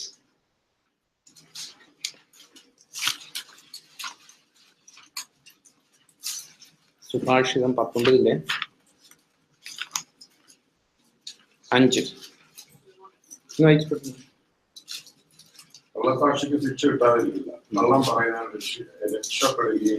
അതിന്റെ 9ാം സെന്റൻസ്, കള്ളസാക്ഷിക്ക് ശിക്ഷ കിട്ടാതിരിക്കില്ല, കള്ളം പറയുന്നവൻ നശിക്കും. കള്ളം പറയുന്നവൻ നശിക്കുന്ന ദൈവത്തിന്റെ വചനം പറഞ്ഞ് ഇമ്മീഡിയറ്റ്ലി അങ്ങ് ആനിഹിലേറ്റഡ് ആയി പോകുന്നല്ല അതിന്റെ അർത്ഥം.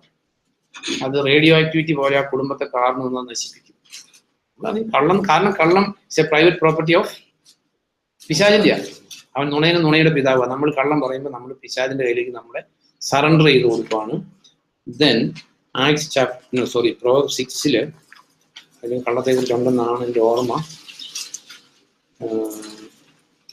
അതിന്റെ 16 തുടങ്ങി വായിക്കുമ്പോൾ 6:16 തുടങ്ങി ജൂലൈ വായിക്കുമ്പോൾ Proverbs തന്നെ 6:16 തുടങ്ങി വായിക്കുമ്പോൾ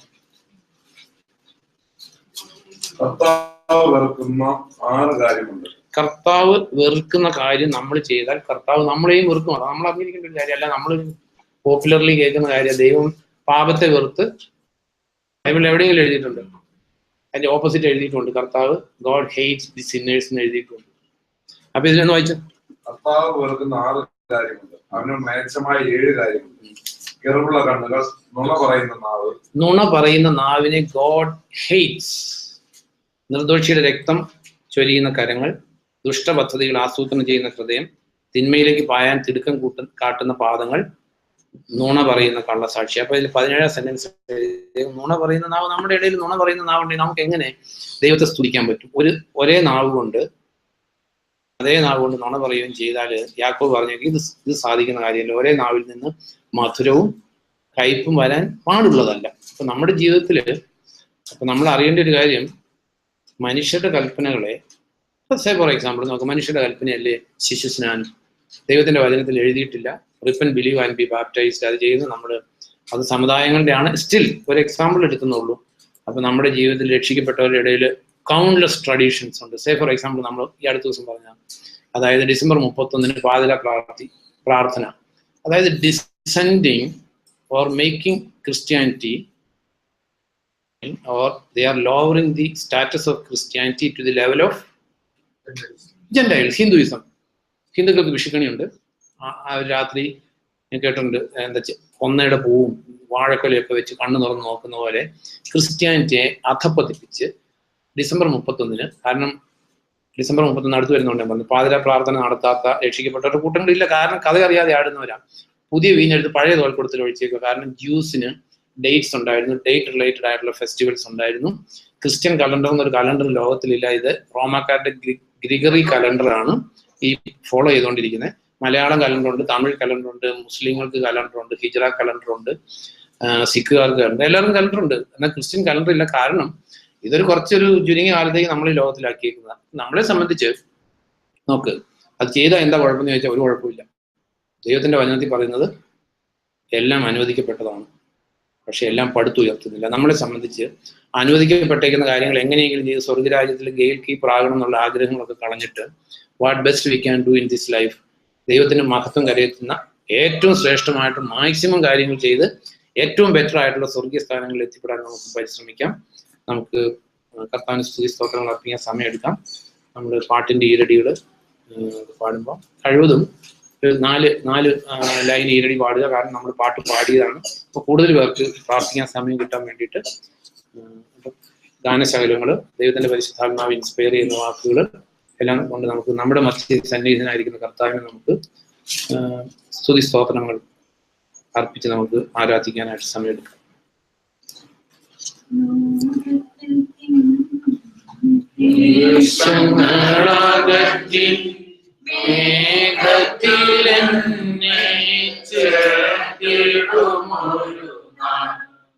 ലോകത്തിൽ തിങ്ങും പ്രേശങ്ങളകത്തിൽ മേഘത്തിലെന്നെ ചേർത്തിടുമൊരു നാൾ അകമതിയാൻ സംഗീതം പാടി അകമതിയാൻ സംഗീതം പാടി ലോകത്തിലനുദിനം വസിക്കും ഞാൻ സുഖമായി ലോകത്തിലനുദിനം വസിക്കും ഞാൻ സുഖമായി വരുമൊരു നാൾ പ്രാണപ്രിയൻ ദുരിതങ്ങളകിലം തീർത്തിടുവാൻ വരുമൊരു നാൾ. ആരാധനായ ഞങ്ങളെ സ്വർഗീയ പിതാവേ, ഞങ്ങളുടെ ജീവിതത്തിലൂടെ ഞങ്ങൾ അങ്ങേ സഭയായിട്ട് സൂചിക്കുന്നു. അങ്ങേ മൊത്തപ്പെടുത്തുന്നത് ഞങ്ങളുടെ സഭാമധ്യങ്ങളാക്കുന്നതിനായിട്ട് നന്ദി പറയുന്നു. ഞങ്ങൾ ഓരോരുത്തരെയും കാണുകയും കേൾക്കുകയും ഞങ്ങളോട് സംസാരിക്കുന്ന കർത്താവെ ഞങ്ങൾ അങ്ങേ സ്നേഹിക്കുന്നു. കർത്താവിനെ ഇത് നിറവേറ്റുന്ന മക്കളായി ജീവിക്കാനും പരിശുദ്ധാത്മാവിനും ഞങ്ങളെ നിറയ്ക്കുന്നതിനായിട്ട് കർത്താവിനെ സ്തോത്രം ചെയ്യുന്നു.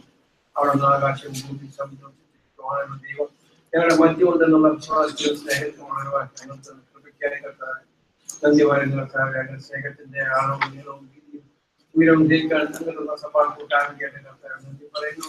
കർത്താവ് ഞങ്ങൾക്ക് ഇത് പോകാനുള്ള കർത്താവിന്റെ അനുഗ്രഹം പ്രാപിക്കേണ്ടത് അങ്ങനെ ജീവന്റെ വഴി ഞങ്ങൾക്ക് ജീവനോടെ തരുന്നതിനായിട്ട് കർത്താവ് സ്തോത്രം ചെയ്യുന്നു. കർത്താവ് ഗ്രഹിക്കുവാൻ അനുസരിച്ച് ജീവിക്കുവാൻ കർത്താവ് ഞങ്ങളെ ബലവത്താക്കണം. കർത്താവിന്റെ നാമം ഉയർത്തുവാൻ ഓരോ സമയവും ഞങ്ങൾ ഉപയോഗിക്കുന്ന സ്തോത്രങ്ങൾ നാം സമർപ്പിക്കുന്ന പിതാവേ.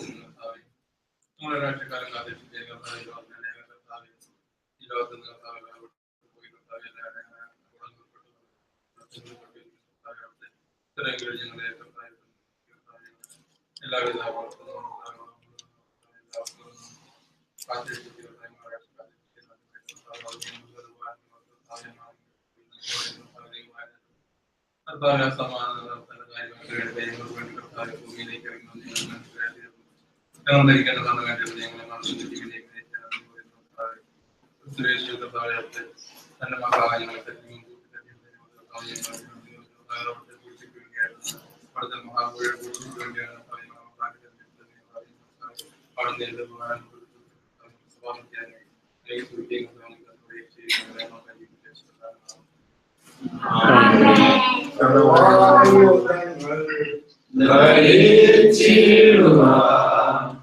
പുരുഷനോട് നിന്നു വിജയം സർവായുധങ്ങൾ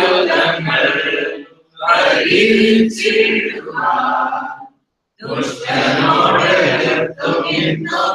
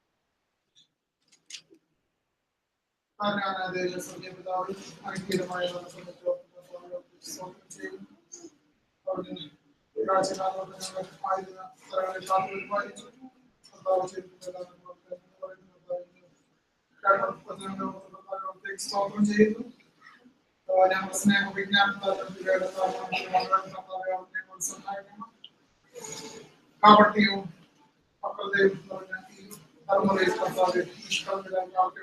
ജീവിക്കാൻ ദൈവിക പ്രബോധനങ്ങളെ ഓരോരുത്തരും എല്ലാവർക്കും പകരണം. ക്രിസ്തുയേശുവിന്റെ ധർമ്മഭാവം ജീവിക്കാൻ വേണ്ട സത്യവും പകരണം. ഞങ്ങൾക്ക് ആവശ്യമായ ദൈവിക ജ്ഞാനവും കർത്താവ് ഞങ്ങൾ നൽകുന്ന പാതകളും കർത്താവ് അവിടെ ഞങ്ങൾ കാണിച്ചു തരണം. കർത്താവ് ഞങ്ങളെ കാണുന്ന ക്രിസ്തുവിനെ കാണുവാൻ കർത്താവ് മാറ്റമാനും യേശുവിന്റെ നാമത്തിൽ കർത്താവിനായി ഞങ്ങളെ കർത്താവിന്റെ സമയത്തിനായി ഞങ്ങളെ ആരാധിക്കാൻ ശ്രദ്ധിക്കാൻ ഞങ്ങൾ കർത്താവിനെ കണ്ടുകൊണ്ടിരിക്കുന്ന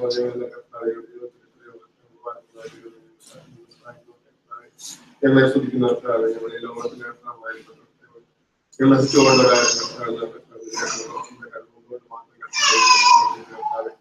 ഞങ്ങൾ സത്യോറിയാനും കർത്തവ്യത്തിലൂടെ ജീവിക്കാൻ ഞങ്ങൾ സഹായിക്കുന്ന ഞങ്ങൾ സത്യത്തിലുള്ള കർത്താവ് ഞങ്ങളുടെ ജീവിതത്തെ കർത്താവ് അവസാന നിമിഷം ഞങ്ങൾ സഹായിക്കാൻ പ്രാർത്ഥിക്കുന്നു. പ്രാർത്ഥനയാതെ ഞങ്ങൾ കഴിയുന്ന കർത്താവ്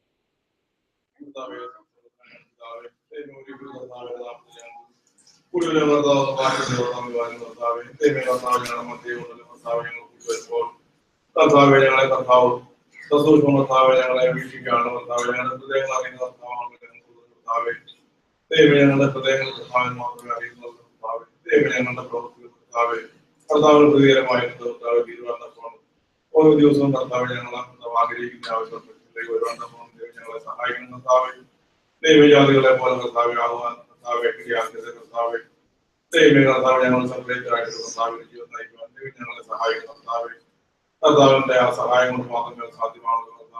കർത്താവെ എല്ലാം അറിയുന്ന കർത്താവെ ദൈവമേ ഈ ലോകത്തിൽ ജീവിക്കുമ്പോൾ ദൈവമേ ഞങ്ങൾ കർത്താവെ മാറ്റം വരുത്തുന്ന നമ്മളെല്ലാം മാറ്റം വരുത്തിക്കുന്നു. കർത്താവെ കർത്താവിന്റെ പ്രിയമായ ജീവിതം കർത്താവെ ലക്ഷ്യം കർത്താവെ മനസ്സിലാക്കിക്കൊണ്ട് കർത്താവ് നൽകിയ വേല കർത്താവെ എത്ര വലുതാണെന്ന് മനസ്സിലാക്കുന്ന കർത്താവെ അതനുസരിച്ച് കർത്താവെ അതിന് മഹത്വം കൊടുത്തുകൊണ്ട് ജീവിക്കുന്ന ദൈവം ഞങ്ങളെ സഹായിക്കുന്ന കർത്താവെ ഞങ്ങൾ കർത്താവെ എത്രത്തോളം കർത്താവെ ദൈവം കാണിച്ചിരിക്കുന്ന വഴിയിൽ കൂടെ കർത്താവെ ദൈവമേ കർത്താവെ ആദ്യത്തോളം കർത്താവെ ദൈവമേ നല്ലൊരു സാക്ഷിയായിട്ട് ജീവിക്കുന്ന ദൈവം ഞങ്ങളെ സഹായിക്കുന്ന കർത്താവെ ഇതെല്ലാവരും കർത്താവ് കാര്യങ്ങൾ കാത്തുകൊണ്ടും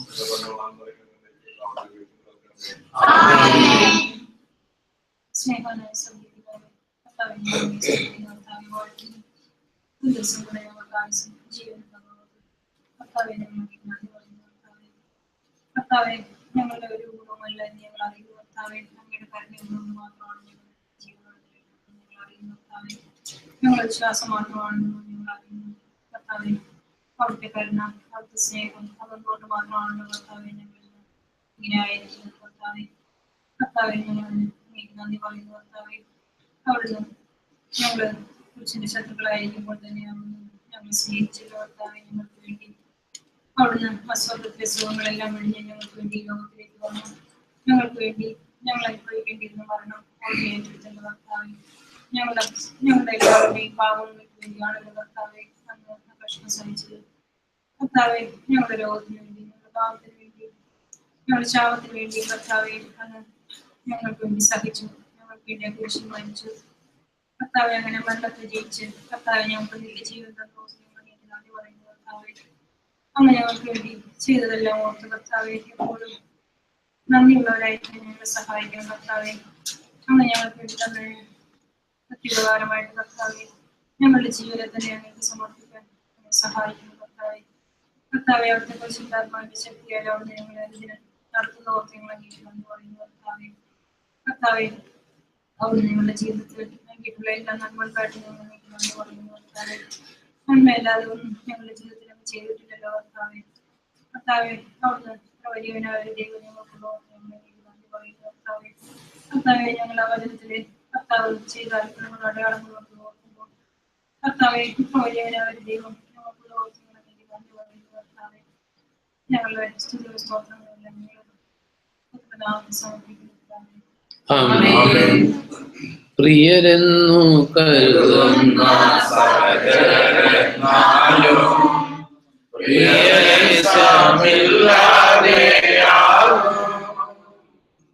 പ്രിയരെന്നു കരുതുന്ന സഹചരന്നാലും പ്രിയരേശമില്ലാതെയാകും. പ്രിയരേ നിൻ സ്നേഹം കുറയാതെ എന്നിൽ നിയതം തുടരുന്നു മണ്ണിൽ. പ്രിയരേ നിൻ സ്നേഹം കുറയാതെ എന്നിൽ നിയതം തുടരുന്നു മണ്ണിൽ.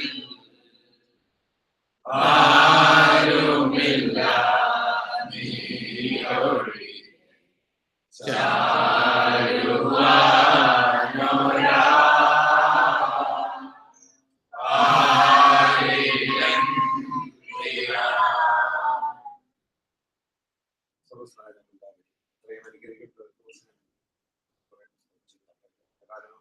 കഴിഞ്ഞ നാളുകളെല്ലാം ഞങ്ങളെ കാത്തു പരിപാലിച്ച് കൈവിടാൻ നടത്തി ആവശ്യമായുള്ള കാര്യങ്ങളെല്ലാം നമ്മൾ തന്നു.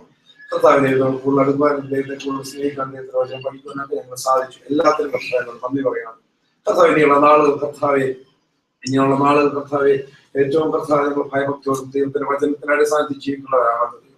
വിശാഖിന്റെ കൂടുതൽ ബന്ധങ്ങളെ ചേർത്ത് നിൽക്കാൻ ദൈവത്തിന്റെ സകല സർവായുധങ്ങളും കർത്താവ് ധരിക്കുവാൻ ഞങ്ങളെ സഹായിക്കണമെന്ന് പ്രാർത്ഥിക്കും. കർത്താവ് മക്കളുള്ളവരും അവസാനം വരെ ഉറച്ചു നിൽക്കുവാൻ സാധിക്കുള്ളല്ലോ. കർത്താവ് ദൈവത്തിന്റെ എല്ലാ സർവായുധവും ഞങ്ങൾക്ക് ധരിച്ച് കർത്താവെ മുന്നോട്ട് പോകാൻ സാധിക്കണമെന്ന് പ്രാർത്ഥിക്കും. കർത്താവ് ഒരു കാര്യത്തിൽ പോലും വീഴ്ച പ്രാർത്ഥിക്കുന്നു. ഏതെങ്കിലും കാര്യത്തിൽ വീഴ്ച നേരിടുന്നുണ്ടെങ്കിൽ കർത്താവ് അതിൽ നിന്നൊക്കെ കരകയറ്റി കർത്താവെ ദൈവത്തിന് വേണ്ടി കർത്താവ് ഏറ്റവും വലിയൊരു സാക്ഷിയായിട്ട് കർത്താവ് ഈ ഭൂമിയിൽ ജീവിക്കാൻ സാധിക്കണമെന്ന് പ്രാർത്ഥിക്കുന്നു. കർത്താവ് അവസാനം കർത്താവിന്റെ കൂടെ ഞങ്ങൾക്ക് എല്ലാവർക്കും ഇരിക്കുവാൻ സാധിക്കണമേ. കർത്താവ് കുറവുകളും കുറ്റങ്ങളും എല്ലാം ക്ഷമിക്കണമേ, ഓർക്കണമേ പ്രാർത്ഥിക്കണമേ.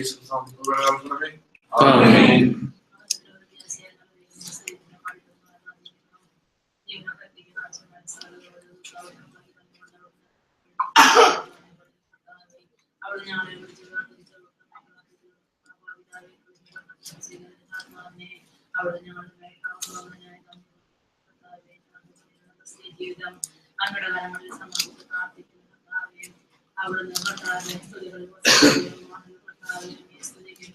കർത്താവേ സൈന്യങ്ങളുടെ കർത്താവേ കർത്താവേ കർത്താവേ ഞങ്ങളുടെ കണ്ണീരുകളെ കണ്ടിനുള്ള പ്രാർത്ഥനകൾ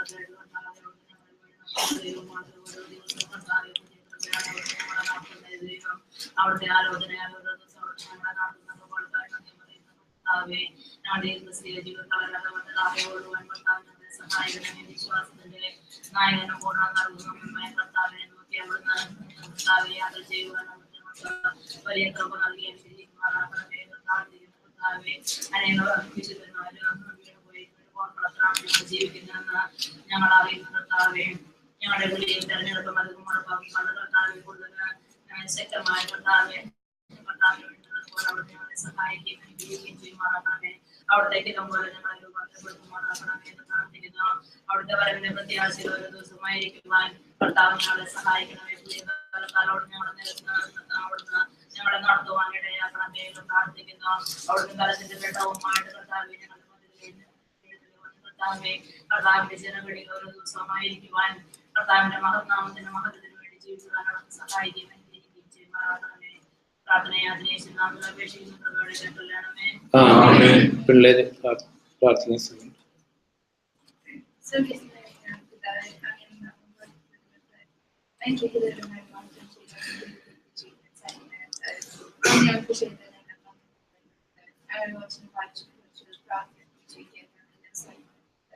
Thank you, dear son of the Savior, my sacrifice. I have put steps in forward so that I'm going to use it for energy.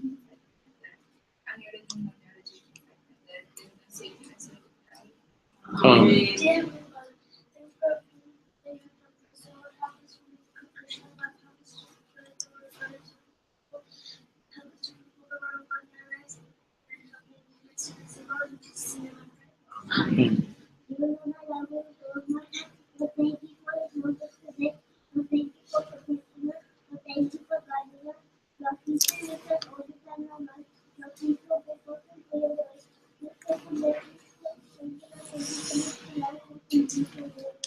Amen.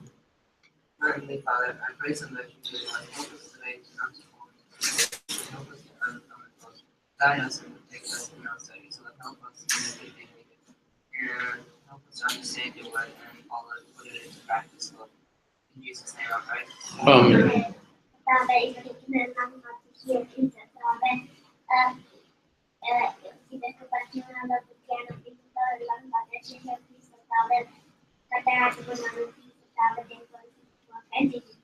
Amen.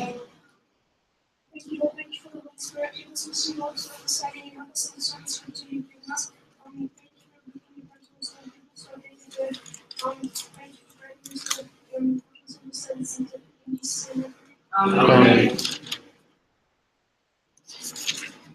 പാഠപുസ്തകത്തിലെ 173 173 പാട്ട് നമ്മുടെ കർത്താവിനെ ഹൃദയത്തിൽ ധ്യാനിച്ച് നമ്മൾ പാടും. 173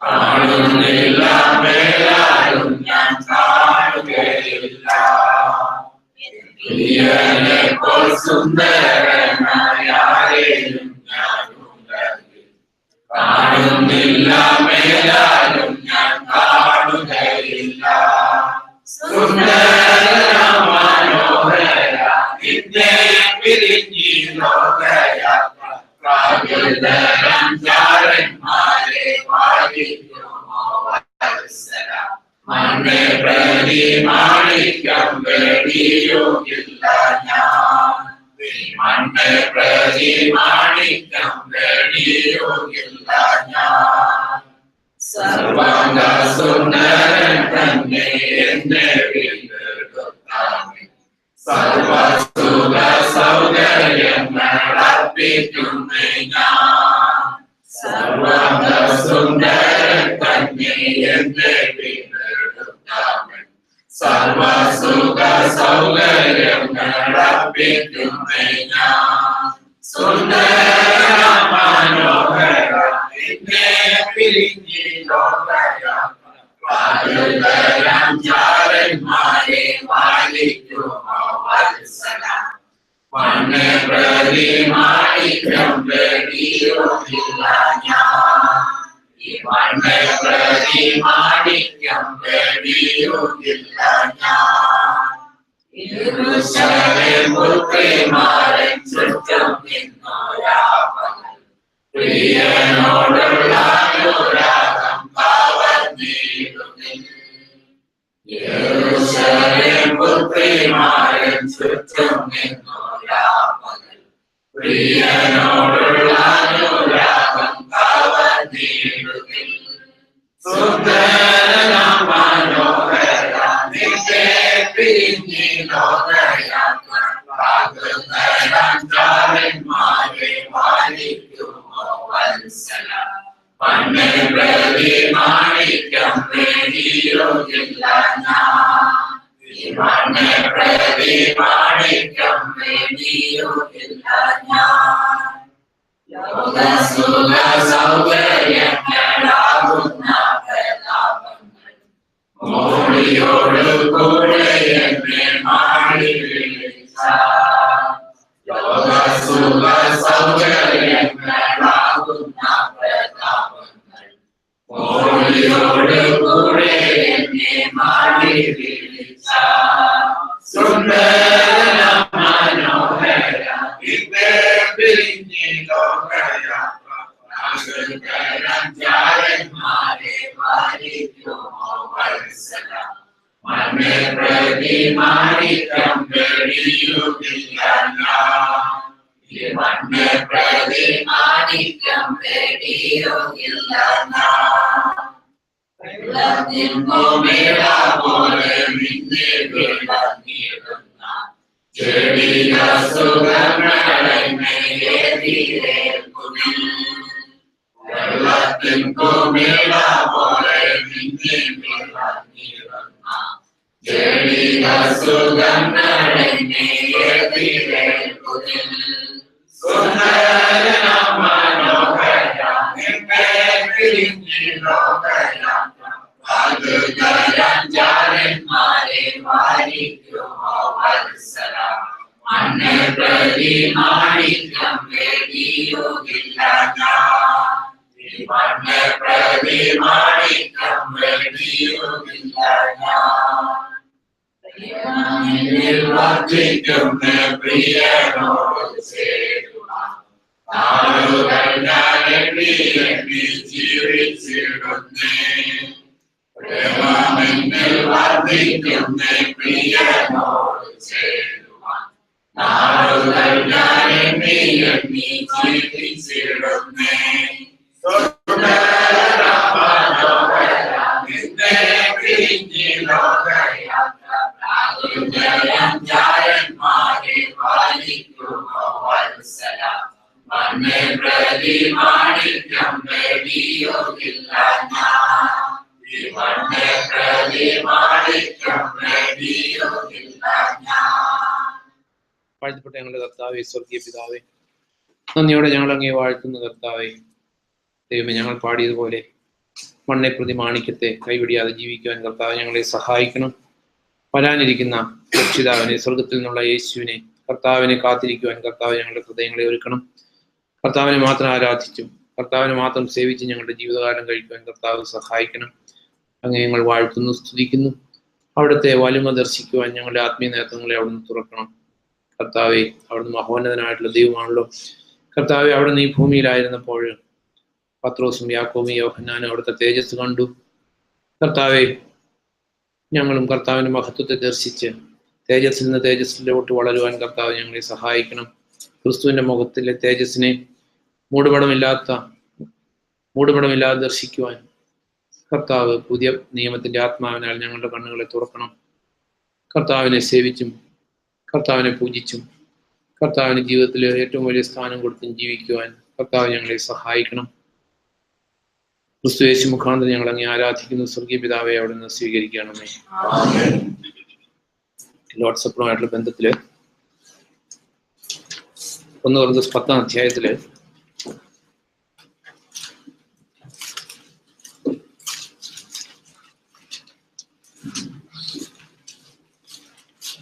1 കൊരിന്ത്യർ 10-ന്റെ 14 തുടങ്ങി വായിക്കുമ്പോൾ, അതുകൊണ്ട് എൻ്റെ പ്രിയരെ, വിഗ്രഹാരാധനയിൽ നിന്ന് ഓടിയകലുക.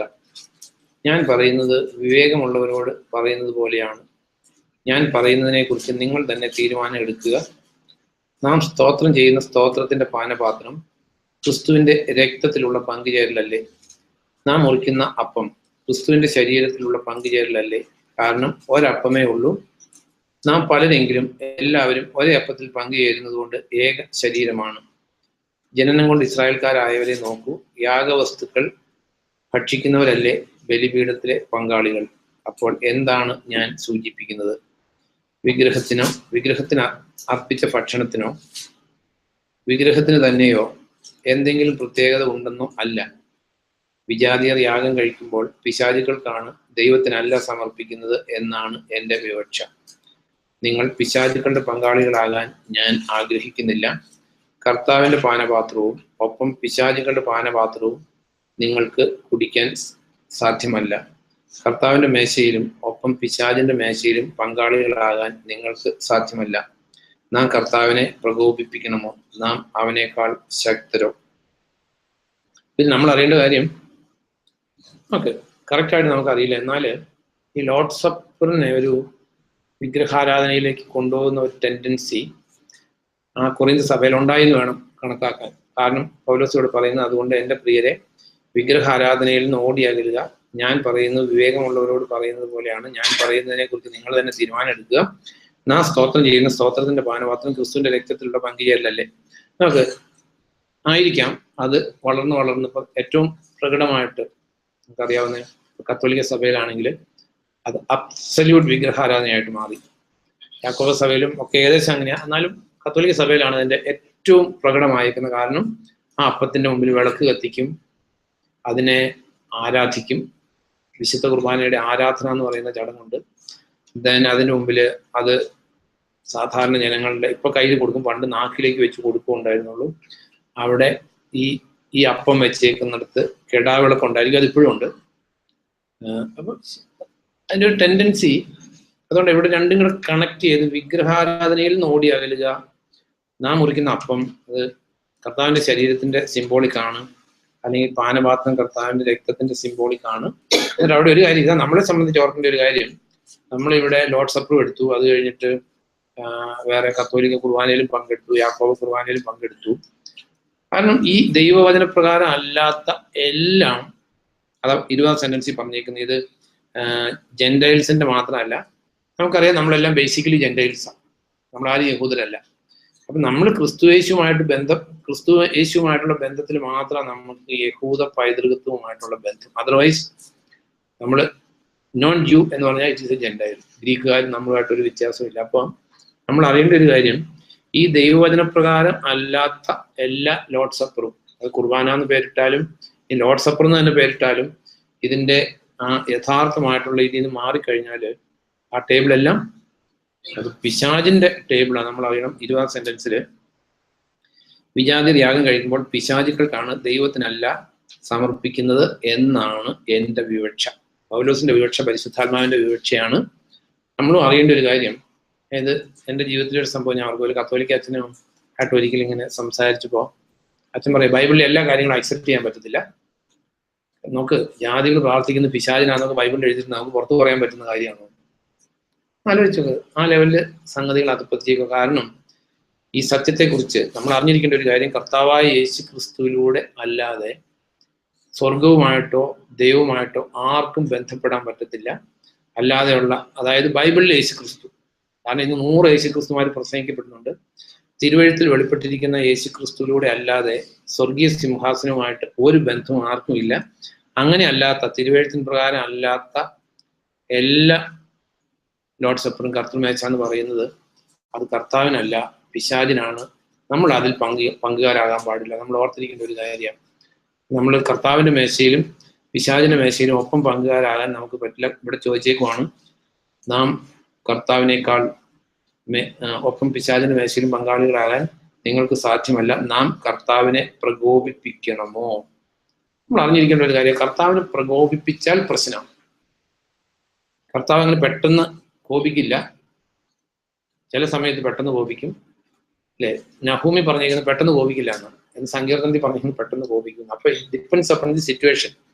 അതുകൊണ്ട് ചില കാര്യങ്ങളിൽ അപ്പൊ അതിന് നമ്മൾ അവിടെ ആ ദൈവത്തിന്റെ വചനം പഠിക്കേണ്ടത്. കർത്താവ് പെട്ടെന്ന് കോപിച്ചേക്കുന്ന സിറ്റുവേഷൻസ് എടുക്കണം, ദീർഘക്ഷമ കാണിച്ചേക്കുന്ന സിറ്റുവേഷൻ. ഏറ്റവും കൂടുതൽ ദീർഘക്ഷമ കാണിച്ചത് നോഹിന്റെ വെള്ളപ്പൊക്കത്തിന്റെ കാലത്താണ്. പത്രോസിന്റെ ലേഖനത്തിൽ പ്രത്യേകം എഴുതിയേക്കുക, ദൈവം ദീർഘക്ഷമയോടെ കാത്തിരുന്ന കാലം.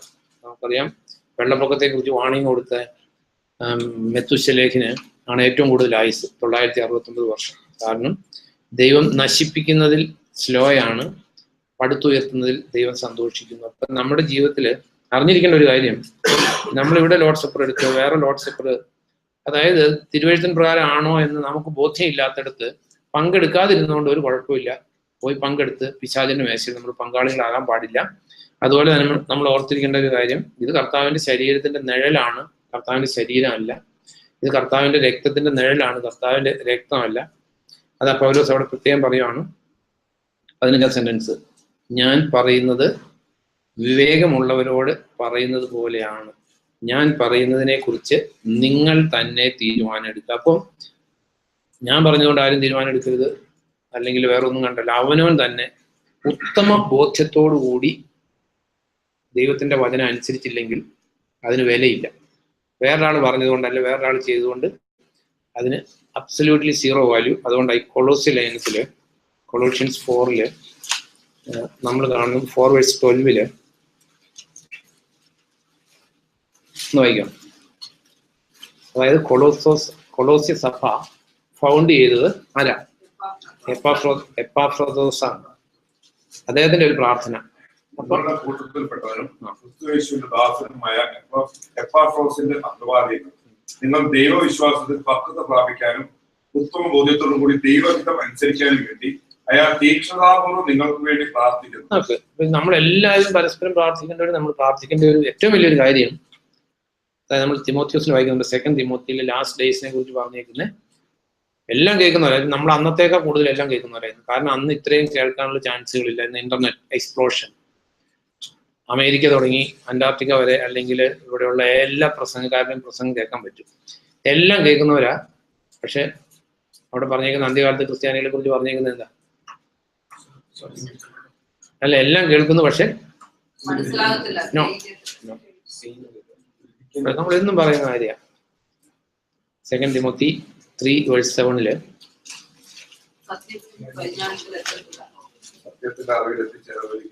അതെ, അതൊന്ന് വായിച്ചു ചേച്ചില്ലേ, ഒന്ന് വായിച്ചു. എങ്കിലും അവർക്ക് സത്യത്തെ കുറിച്ചുള്ള അറിവിൽ എത്തിച്ചേരാൻ ഒരിക്കലും കഴിയുന്നു. അതിന് മുമ്പുള്ള സെന്റൻസോട് വായിച്ചു. സ്ത്രീകളെ കുറിച്ചും പുരുഷന്മാരെ കുറിച്ചും ഒക്കെ എങ്ങനെയാ? പുരുഷന്മാരെ കുറിച്ച് എഴുതിയിരിക്കുന്നത് വായിച്ചു.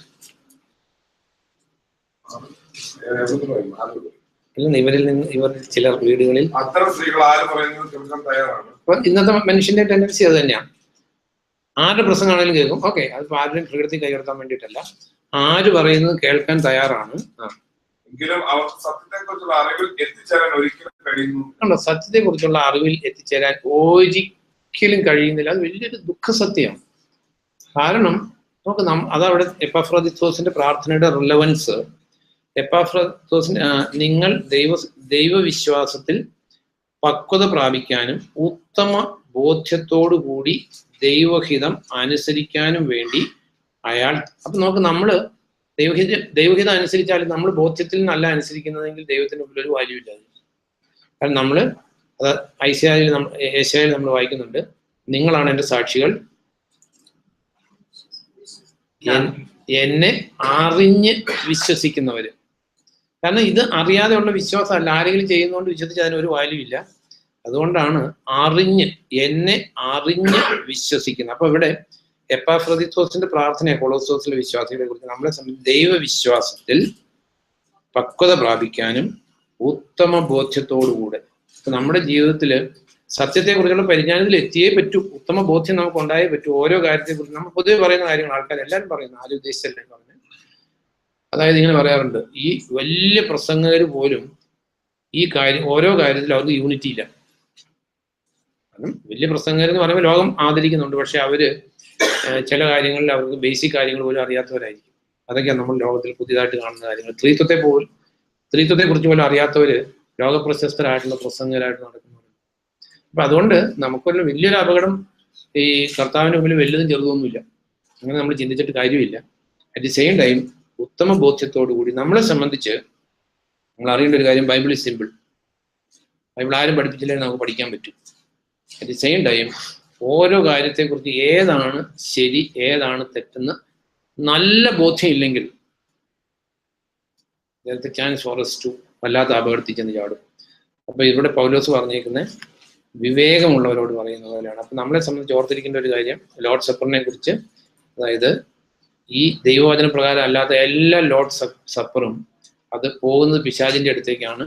അതുകൊണ്ട് നമ്മളെ സംബന്ധിച്ച് ഒരു പുതിയൊരു സ്ഥലത്ത് പോകുമ്പോൾ അത് ദൈവവചന പ്രകാരമുള്ള ഒരു സ്ഥലമാണോ എന്ന് അറിയാതെ എടുത്തിയാടി ലോർഡ് സപ്പർ എടുക്കുന്നതിനകത്തൊന്നും ഒരു അർത്ഥമില്ല. പിശാചിന്റെ മേശയിൽ നമ്മൾ പങ്കാളികളാകരുത്. അതുകൊണ്ട് അറിവും ബോധ്യവും ഉത്തമ ബോധ്യവും ഇല്ലാത്ത സ്ഥലങ്ങളിൽ നമ്മളെല്ലാ കാര്യങ്ങളും ഉത്തമ ബോധ്യത്തോടു കൂടി ചെയ്യേണ്ടവരാണ്. അതിനുവേണ്ടി നമ്മൾ വിളിക്കപ്പെട്ടിരിക്കുന്നത്. അപ്പൊ നമുക്കൊരു നിമിഷം നമ്മളെ തന്നെ ശോധന ചെയ്യാനായിട്ട് സമയമെടുക്കാം. ദൈവത്തിന്റെ പരിശുദ്ധാത്മാവ് ഓർപ്പിക്കുന്ന പാപങ്ങൾ ഏറ്റുപറഞ്ഞ ദൈവമായിട്ട് നമുക്ക് റിക്കൺസൈൽഡ് ആകാം. ഏകബലിയാൽ എന്നേക്കും പാപപരിഹാരം വരുത്തിയിരിക്കാൽ നമ്മുടെ ജീവിതത്തിൽ തെറ്റുകളും കുറ്റങ്ങളും വന്നിട്ടുണ്ടെങ്കിൽ കർത്താവിനോട് മാനസാന്തരത്തോടെ ഏറ്റുപറഞ്ഞാൽ ക്ഷമിക്കാത്ത ഒരു പാപമില്ല. നമുക്ക് റിക്കൺസൈൽഡ് ആയിട്ട് വിശുദ്ധിയോടെ നമുക്ക് ലോർഡ് സപ്പറിൽ പങ്കെടുക്കാനായിട്ട് നമ്മളെ തന്നെ എടുക്കാം.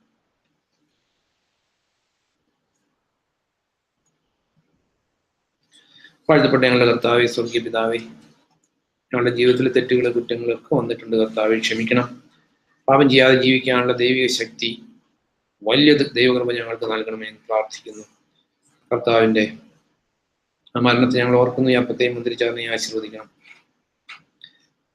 ഏക ശരീരമാണ്, ഒരേ അപ്പത്തിൽ നിന്ന് ഭക്ഷിക്കുക വഴി കർത്താവെ ഞങ്ങൾ നിത്യതയിൽ കർത്താവുമായിട്ട് ഒന്നിച്ചു ചേരേണ്ടവരാണ്. ക്രിസ്തു മുഖാന്തരം ഞങ്ങൾ ഏക ശരീരമാണ്. ഏക ശരീരത്തിന്റെ ആഴമായിട്ടുള്ള സ്നേഹത്തിൽ ജീവിക്കാൻ ഞങ്ങളെ സഹായിക്കണം. ഹൃദയത്തിന്റെ ആഴങ്ങളിൽ നിന്ന് സ്നേഹിക്കുവാൻ, ത്യാഗോജ്വലമായിട്ട് സ്നേഹിക്കുവാൻ, ഹൃദയത്തിൽ പരസ്പരം കരുതുവാൻ, പ്രാർത്ഥിക്കുവാൻ, പരസ്പരം നന്മ ആഗ്രഹിക്കുവാൻ എല്ലാം ഞങ്ങളുടെ ഹൃദയത്തിൽ കർത്താവെ വലിയ പരിശുദ്ധാത്മ ശക്തി നൽകണമേ എന്ന് പ്രാർത്ഥിക്കുന്നു. ക്രിസ്തു യേശു മുഖാന്തരം യാചിക്കുന്നു, പ്രാർത്ഥിക്കുന്നു. പ്രിയ പിതാവേ, അവിടുന്ന് കേട്ടല്ലാണമേ.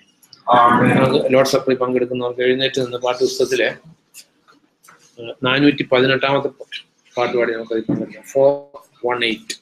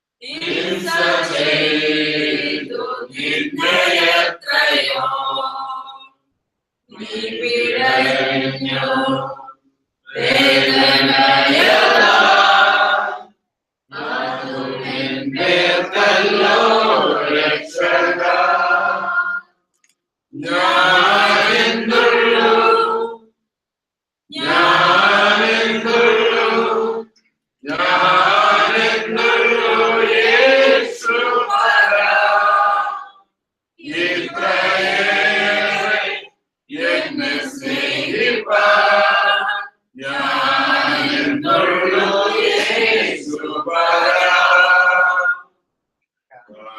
ഞാനെന്തുള്ളൂ ഞാനെന്തുള്ളൂ ഞാനെന്തുള്ളൂ യേശു പറ ഇത്രയേറെ എന്നെ സ്നേഹിപ്പാൻ ഞാനെന്തുള്ളൂ യേശു പറ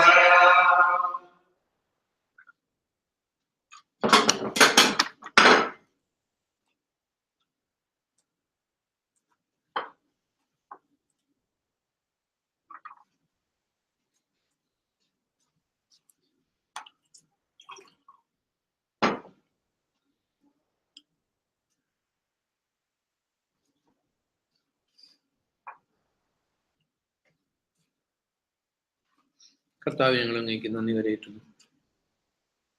കർത്താവെ, ഇത്ര വലിയ ഭാഗ്യം അനുഭവിക്കുവാൻ ഞങ്ങളൊന്നുമല്ല എന്നുള്ള സത്യം ഞങ്ങൾ ഓർക്കുന്നു. ദാവീദ് പ്രാർത്ഥിക്കുന്ന പോലെ ലോകവും കർത്താവെ അവിടുത്തെ സൃഷ്ടിയും കോടാനുകോടി നക്ഷത്രങ്ങളെയും കുറിച്ചൊക്കെ ഓർക്കുമ്പോൾ ഞങ്ങളെ അവിടുന്ന് സ്നേഹിക്കുന്നു. ഞങ്ങളുടെ ചെറിയ കാര്യങ്ങളിൽ പോലും ശ്രദ്ധ വയ്ക്കുന്നു. ഇത് ഞങ്ങളുടെ ബുദ്ധിക്ക് അതീതമെന്ന് ഞങ്ങൾ ഏറ്റുപറയുന്ന കർത്താവെ, ആകയാൽ ദൈവത്തിന്റെ മുമ്പിൽ ഭയഭക്തിയോടെ ദൈവവചനത്തിന് മുമ്പിൽ വിറയ്ക്കുന്നവരായിട്ട് ജീവിതകാലം കഴിക്കുവാൻ കർത്താവ് ഞങ്ങളെ സഹായിക്കണം. ക്രിസ്തുയേശു മുഖാന്തരം യാചിക്കുന്നു, പ്രാർത്ഥിക്കുന്നു, പ്രേരിതാവെ അവിടുന്ന് കേട്ടറിയണമേ. ദൈവത്തിന്റെ വചനം.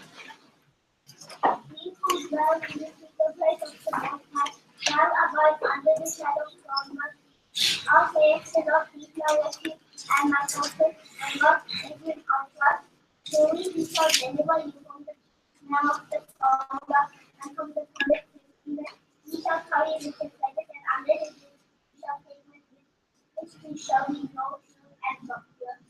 He shall not be afraid of the terror by night, nor of the arrow that flies by day, nor of the pestilence that walks in darkness, nor of the destruction that lays at midday. 8,000 men fall at his side, and 10,000 at your right hand, but it shall not come near you.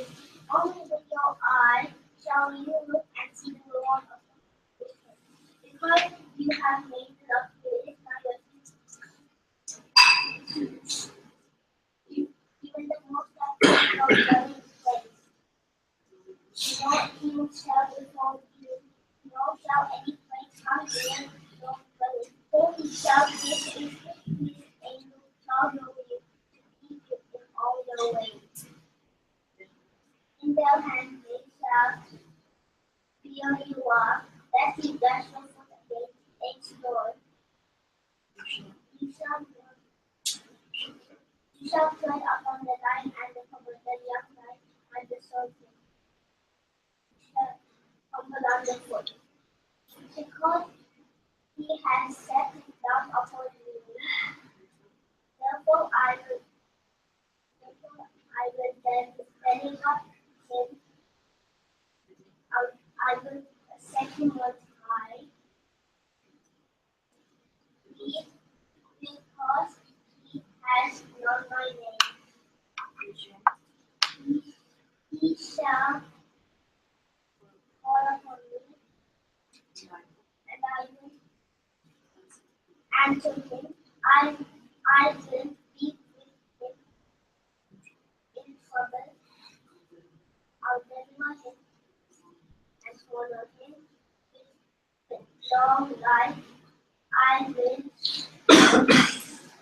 satisfy him, and I will show his salvation. Psalm 91, verse 1 to 16. You have become a stranger in Christ. You attempt to be justified by the law and fallen from grace. For we through the Spirit eagerly wait for the hope of righteousness by faith. The circumcision or uncircumcision does nothing, but faith with Ephesians chapter 5, verse 26. Blessed one to live for theirs in the kingdom of heaven. Matthew 5:3. The lamp of the body is there. If therefore your eye is good, your whole body will be full of light. But if your eye is bad, your whole body will be full of darkness. If therefore the light doesn't appear in darkness, how great is our darkness? Matthew 6, verse 22 and 23.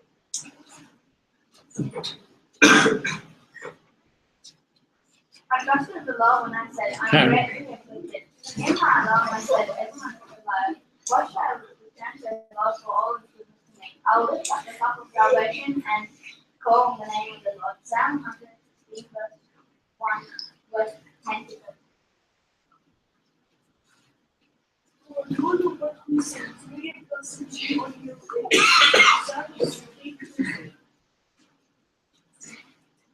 What? Many friends make a man full, but the diligent hands him wealth, clothes him with wool, and his eyes of the head, sounds under let's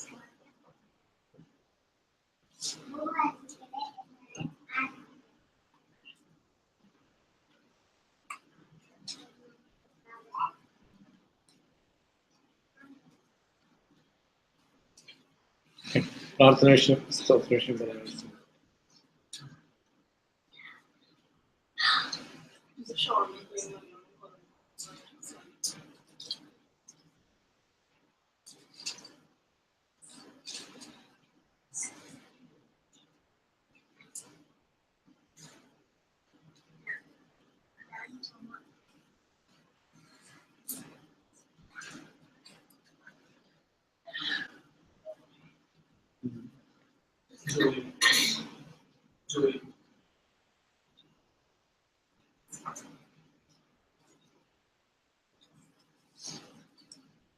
Grace to be more humble.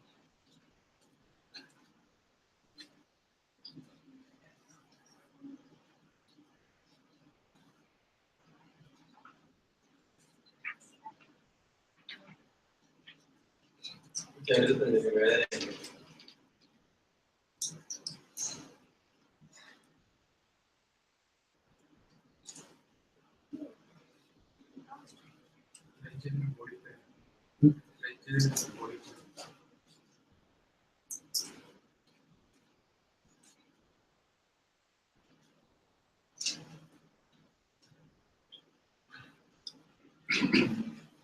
കഴിക്കുക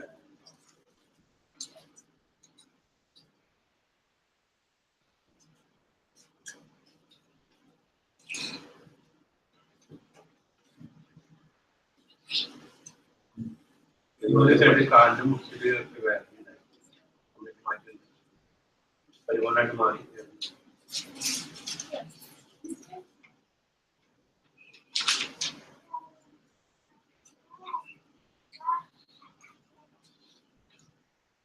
പ്രയോജനമായിരുന്നു കൂടുതൽ മനസ്സിലാക്കുകയും വായിക്കുകയും ശീലിക്കുന്നു.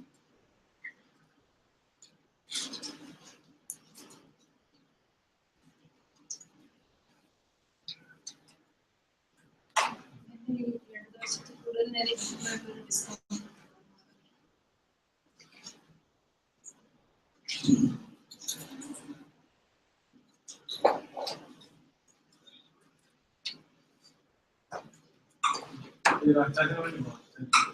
സാധിക്കും.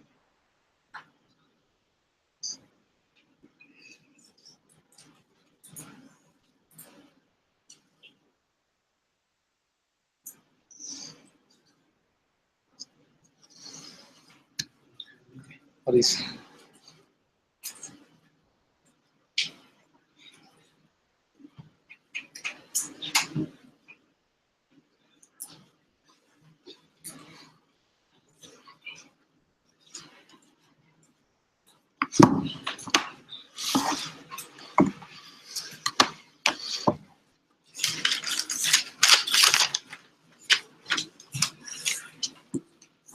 കർത്താവിന്റെ അതിപരിശുദ്ധമായ നാമം വാഴ്ത്തപ്പെടുവാറാകട്ടെ. ഒരിക്കൽ കൂടി ദൈവത്തിന്റെ വചനമായിട്ട് കാണുന്ന വലിയ കൃപയ്ക്കായിട്ട് ദൈവത്തെ സ്തുതിക്കുന്നു. നമ്മുടെ ഇന്നത്തെ അല്പസമയത്തെ ചിന്തയ്ക്കായിട്ട് സഭാപ്രസംഗയുടെ പുസ്തകത്തിന്റെ 7-ാം അധ്യായം 12-ാം വാക്യം നിങ്ങളത് വായിക്കാം. എക്ലേസിയസ് ചാപ്റ്റർ 7 വേഴ്സസ് 12. വിജ്ഞാനം നൽകുന്ന സംരക്ഷണം പണം നൽകുന്ന സംരക്ഷണം പോലെയാണ്. എന്നാൽ അറിവിന്റെ മേന്മ ഇതാണ്: വിജ്ഞാനം വിജ്ഞാനിയുടെ ജീവൻ നിലനിർത്തുന്നു. ഞാൻ ഈ വാക്യം ഒരുപാട് തവണ, എത്ര തവണ വായിച്ചിട്ടുണ്ടെന്ന് എനിക്ക് പോലും അറിയത്തില്ല. ഒത്തിരി തവണ വായിച്ചിട്ടുണ്ട്. ഓരോ തവണയും വായിക്കുമ്പോൾ എനിക്കിത് വായിക്കുമ്പോൾ പിന്നെയും ഒരു അത്ഭുതമോ ഭയങ്കര സന്തോഷമോ എന്തൊക്കെ എനിക്ക് തോന്നാറുണ്ട് വായിക്കുമ്പോൾ. എപ്പോഴൊക്കെ ഞാൻ സഭാപ്രസംഗം എടുത്ത് വായിക്കുമ്പോഴൊക്കെ ഈ വാക്യം ഞാൻ വെറുതെ ഒന്ന് എടുത്ത് വായിച്ചു നോക്കും. ഇത് ഈ വാക്യം വായിക്കുന്നതിൻ്റെ അകത്ത് പ്രധാനമായിട്ട് എനിക്ക് തോന്നി 3-4 ഫാക്ടേഴ്സ് ഞാൻ വായിച്ചപ്പോൾ ശ്രദ്ധിച്ചു. അതിൽ ഒന്ന് എന്ന് പറയുന്നത് വിജ്ഞാനം എന്ന് പറയുന്നത്, 2 പണം അല്ലെങ്കിൽ ധനം എന്ന് പറയുന്നത്, 3 അറിവ്, 4-ാമത് തന്നെ അത് പറയുന്നത് വിജ്ഞാനി എന്ന് പറയുന്ന ഒരു സംഭവം പറയുന്നുണ്ട്, 5-ാമത് പറയുന്നത് ജീവൻ. എല്ലാം വളരെ ഒന്നിനൊന്ന് കണക്റ്റഡ് ആണ്, വളരെ പ്രധാനപ്പെട്ട കാര്യങ്ങളുമാണ്. ഞാൻ ഈ റീസെന്റ് എൻ്റെ ഫോണിന്റെ വാട്സപ്പിലേക്ക് എൻ്റെ സിസ്റ്റർ ഒരു പോസ്റ്റ് അയച്ചു തന്നപ്പോൾ ഒരു 2-2.5 മാസമാണ് എനിക്ക് തോന്നുന്നു. അത് കണ്ടപ്പോൾ ഞാൻ പെട്ടെന്ന് ചിന്തിപ്പിച്ചൊരു കാര്യമാണ്. എവിടെയോ യൂറോപ്പിൽ എവിടെയാണെന്ന് തോന്നുന്നു, എവിടെയൊന്നും കൃത്യമായിട്ട് അറിയത്തില്ല. ഒരു ഹോസ്പിറ്റലിലെ ഒരു സ്ത്രീയെ ട്രീറ്റ്മെന്റിനായിട്ട് കിടന്നു. അവര് ക്യാൻസറോ അങ്ങനെ എന്തോ മാരകമായ രോഗം വന്നിട്ട് അതിന്റെ വളരെ ക്രിട്ടിക്കലായ ഒരു സ്റ്റേജിൽ അവരവിടെ ചെല്ലുന്നത്. ഒരുപാട് ധനികയായ ഒരു സ്ത്രീയായിരുന്നു. ഹോസ്പിറ്റലിൽ ചെന്ന് അവർ ഇതുമായിട്ട് കൺസൾട്ട് ചെയ്ത് കഴിഞ്ഞപ്പോൾ ഹോസ്പിറ്റൽ അതോറിറ്റി അവരോട് അവസാനം പറഞ്ഞു, ഇനി പ്രതീക്ഷയൊന്നുമില്ല, ഒന്നും ചെയ്യാൻ പറ്റത്തില്ല എന്ന് പറഞ്ഞു. അപ്പൊ അത് ഭയങ്കര നിരാശയായി. അവരുടെ കയ്യിൽ ഒരുപാട് പൈസ ഉണ്ടായിരുന്നു. അപ്പൊ അവര് ലാസ്റ്റ് അവരോട് അതിന്റെ അതോറിറ്റി ഡോക്ടേഴ്സിനോട് കെഞ്ചി പറയുന്നത്, ഞാൻ എത്ര പൈസ വേണേലും മുടക്കാം, എനിക്ക് എന്റെ ജീവൻ തിരിച്ചു വരുമെന്ന് ചോദിച്ചപ്പോൾ അവർ പറഞ്ഞു, ഞങ്ങൾക്ക് കഴിയുന്ന ഒരാളെ ചെയ്യാൻ പറ്റത്തുള്ളൂ. അപ്പോൾ ഹെൽപ്ലെസ് ആണെന്ന് പറഞ്ഞപ്പോൾ അവർ ഭയങ്കര ദേഷ്യപ്പെട്ട് അവരുടെ കയ്യിലിരുന്ന ആ പൈസ എല്ലാം കൂടെ ആ ഹോസ്പിറ്റലിലെ പുറത്തേക്ക് റൂമിലേക്ക് ഇറങ്ങിയിട്ട് ആ ഹോസ്പിറ്റലിലെ കോറിഡോറിലേക്ക് വലിച്ചെറിഞ്ഞ് കളഞ്ഞിട്ട്, ഇനി ഞാൻ ഇതുകൊണ്ട് നടന്നിട്ട് എന്താ കാര്യങ്ങളെന്ന് ചോദിച്ചിട്ട് നിരാശയോടെ ഇറങ്ങിപ്പോകുന്ന ഒരു പോസ്റ്റ്. അപ്പോൾ ഇവിടെ ഈ വചനം നമ്മളെ പഠിപ്പിക്കാൻ ശ്രമിക്കുന്നത് എങ്ങനെയാണ്? വിജ്ഞാനം നൽകുന്ന സംരക്ഷണം പണം നൽകുന്ന സംരക്ഷണം പോലെയാണ്. അപ്പൊ വിജ്ഞാനവും പണവും സംരക്ഷണം നൽകുന്നുണ്ട്. അപ്പോൾ എന്താണ് വിജ്ഞാനം എന്നുള്ളതിനെ കുറിച്ച് ചിന്തിക്കുമ്പോൾ നമുക്കൊരു വാക്യം വായിക്കാം. വിജ്ഞാനം എന്നുള്ളതിനെ കുറിച്ച് 1 കൊരിന്ത്യൻസ് അതിന്റെ ചാപ്റ്റർ 1 24-ാമത്തെ വാക്യം. 1 കൊരിന്ത്യൻസ് ചാപ്റ്റർ 1 24 നമുക്ക് ഇങ്ങനെ വായിക്കാതെ, എന്നാൽ വിളിക്കപ്പെട്ടവർക്ക് അവർ യഹൂദരാകട്ടെ ഗ്രീക്കുകാരാകട്ടെ ക്രിസ്തു ദൈവത്തിന്റെ ശക്തിയും ദൈവത്തിന്റെ ജ്ഞാനവുമാകുന്നു എന്ന് പറയും. അപ്പൊ ഇതിന് ഇംഗ്ലീഷിൽ വായിക്കുമ്പോൾ ഇതിനെ വിസ്ഡം എന്ന് പറയും. നമ്മളിവിടെ വായിക്കുന്നതും വിസ്ഡം തന്നെയാണ്. അപ്പം ഈ ജ്ഞാനം അല്ലെങ്കിൽ നമ്മളിവിടെ കാണുന്ന ഈ വിജ്ഞാനം എന്ന് പറയുന്നത് തീർച്ചയായിട്ടും ജീവൻ കൊടുക്കുന്ന വിജ്ഞാനം എന്ന് പറയുന്നത് ദൈവം മാത്രമാണ്. അപ്പം ദൈവത്തിന്റെ ഒരുപാട് ആട്രിബ്യൂട്ട്സ് ഉണ്ട്. ദൈവത്തിന് മാത്രമുള്ള ക്വാളിറ്റികളുണ്ട്. പ്രധാനമായിട്ട് എനിക്ക് തോന്നിയിട്ടുള്ള പ്രധാനപ്പെട്ട 4 കാര്യങ്ങൾ പറയുന്നത്, ഒന്ന്, ദൈവം സ്വയംസ്ഥിതനാണ്. ദൈവത്തെ ആരെ സൃഷ്ടിച്ചതോ അല്ലെങ്കിൽ ദൈവം പെട്ടെന്ന് ഉണ്ടായി വന്നതോ അങ്ങനെയൊന്നും. ദൈവം സ്വയംസ്ഥിതനാണെന്ന്. ദൈവം ഞാനാകുന്നവൻ ഞാനാകുന്നു എന്ന് പറയുന്ന ആ ഒരു പ്രത്യേകത. 2, ദൈവം സർവവ്യാപിയാണ്. 3, ദൈവം സർവജ്ഞാനിയാണ്. 4, ദൈവം സർവശക്തനുമാണ്.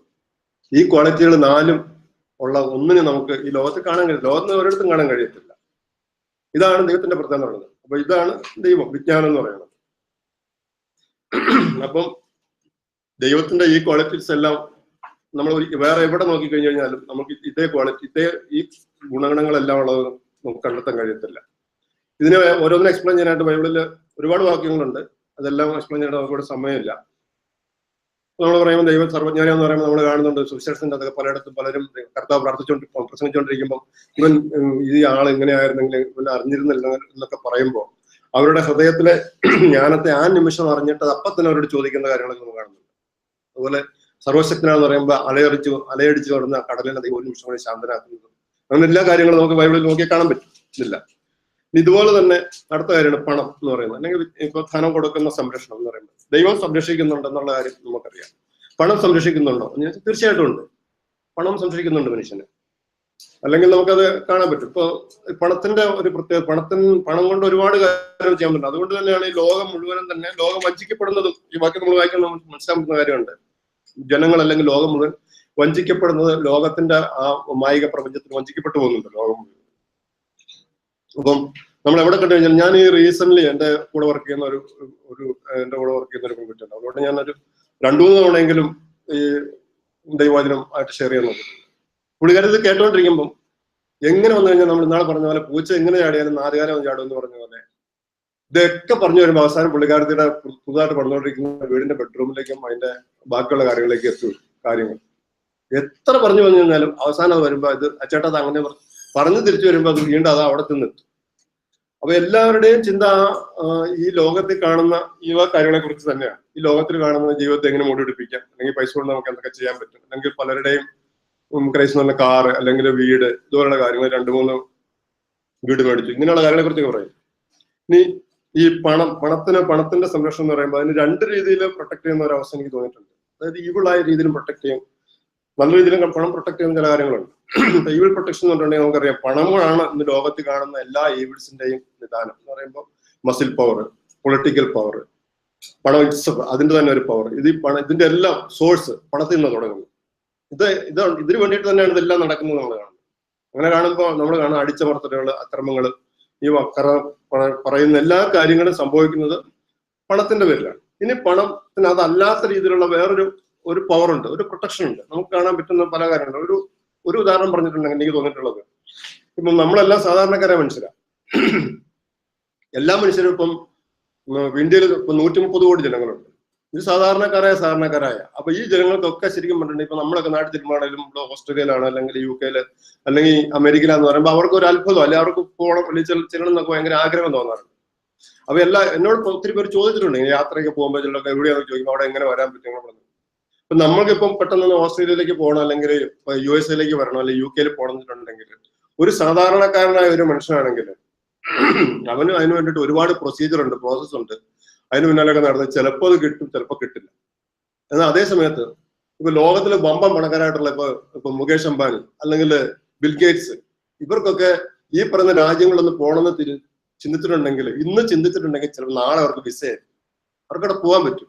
അവരോട് ചെല്ലുമ്പോൾ ചിലപ്പോൾ അവരെ റിസീവ് ചെയ്യുന്നത് അവിടുത്തെ പ്രസിഡന്റോ അല്ലെങ്കിൽ അവിടുത്തെ ഹൈ അതോറിറ്റി ഒക്കെ ആയിരിക്കും. അപ്പൊ നമ്മളൊന്ന് ഒരു കാര്യം ചിന്തിച്ച് നോക്കുമ്പോൾ നമുക്ക് മനസ്സിലാക്കാൻ പറ്റുന്ന കാര്യം എന്ന് പറയുന്നത്, ഈ പറയുന്ന ഈ വ്യക്തികൾ നമ്മൾ സൃഷ്ടിയിൽ വലിയ വ്യത്യാസമൊന്നുമില്ല. പക്ഷെ അവരെ പ്രൊമോട്ട് ചെയ്യുന്നത് അല്ലെങ്കിൽ അവരുടെ പിന്നിലെ ആ ശക്തി എന്ന് പറയുന്നത് അവർക്കുള്ള പണമാണ്. ആ പണത്തിന്റെ സംരക്ഷണമാണ് അവർക്കത് കൊടുക്കുന്നത് മനസ്സിലാക്കും. അതുപോലെ തന്നെ ഇതുപോലെയുള്ള ഈ വലിയ ധനാഢ്യരായ മനുഷ്യരിപ്പം നമ്മുടെ നാട്ടിലുള്ള എന്ത് റിസോഴ്സസ് അവർക്ക് വേണമെന്ന് വെച്ചിട്ടുണ്ടെങ്കിൽ ഒരു നിമിഷം കൊണ്ട് അവർക്കത് ലഭിച്ചെന്നിരിക്കും.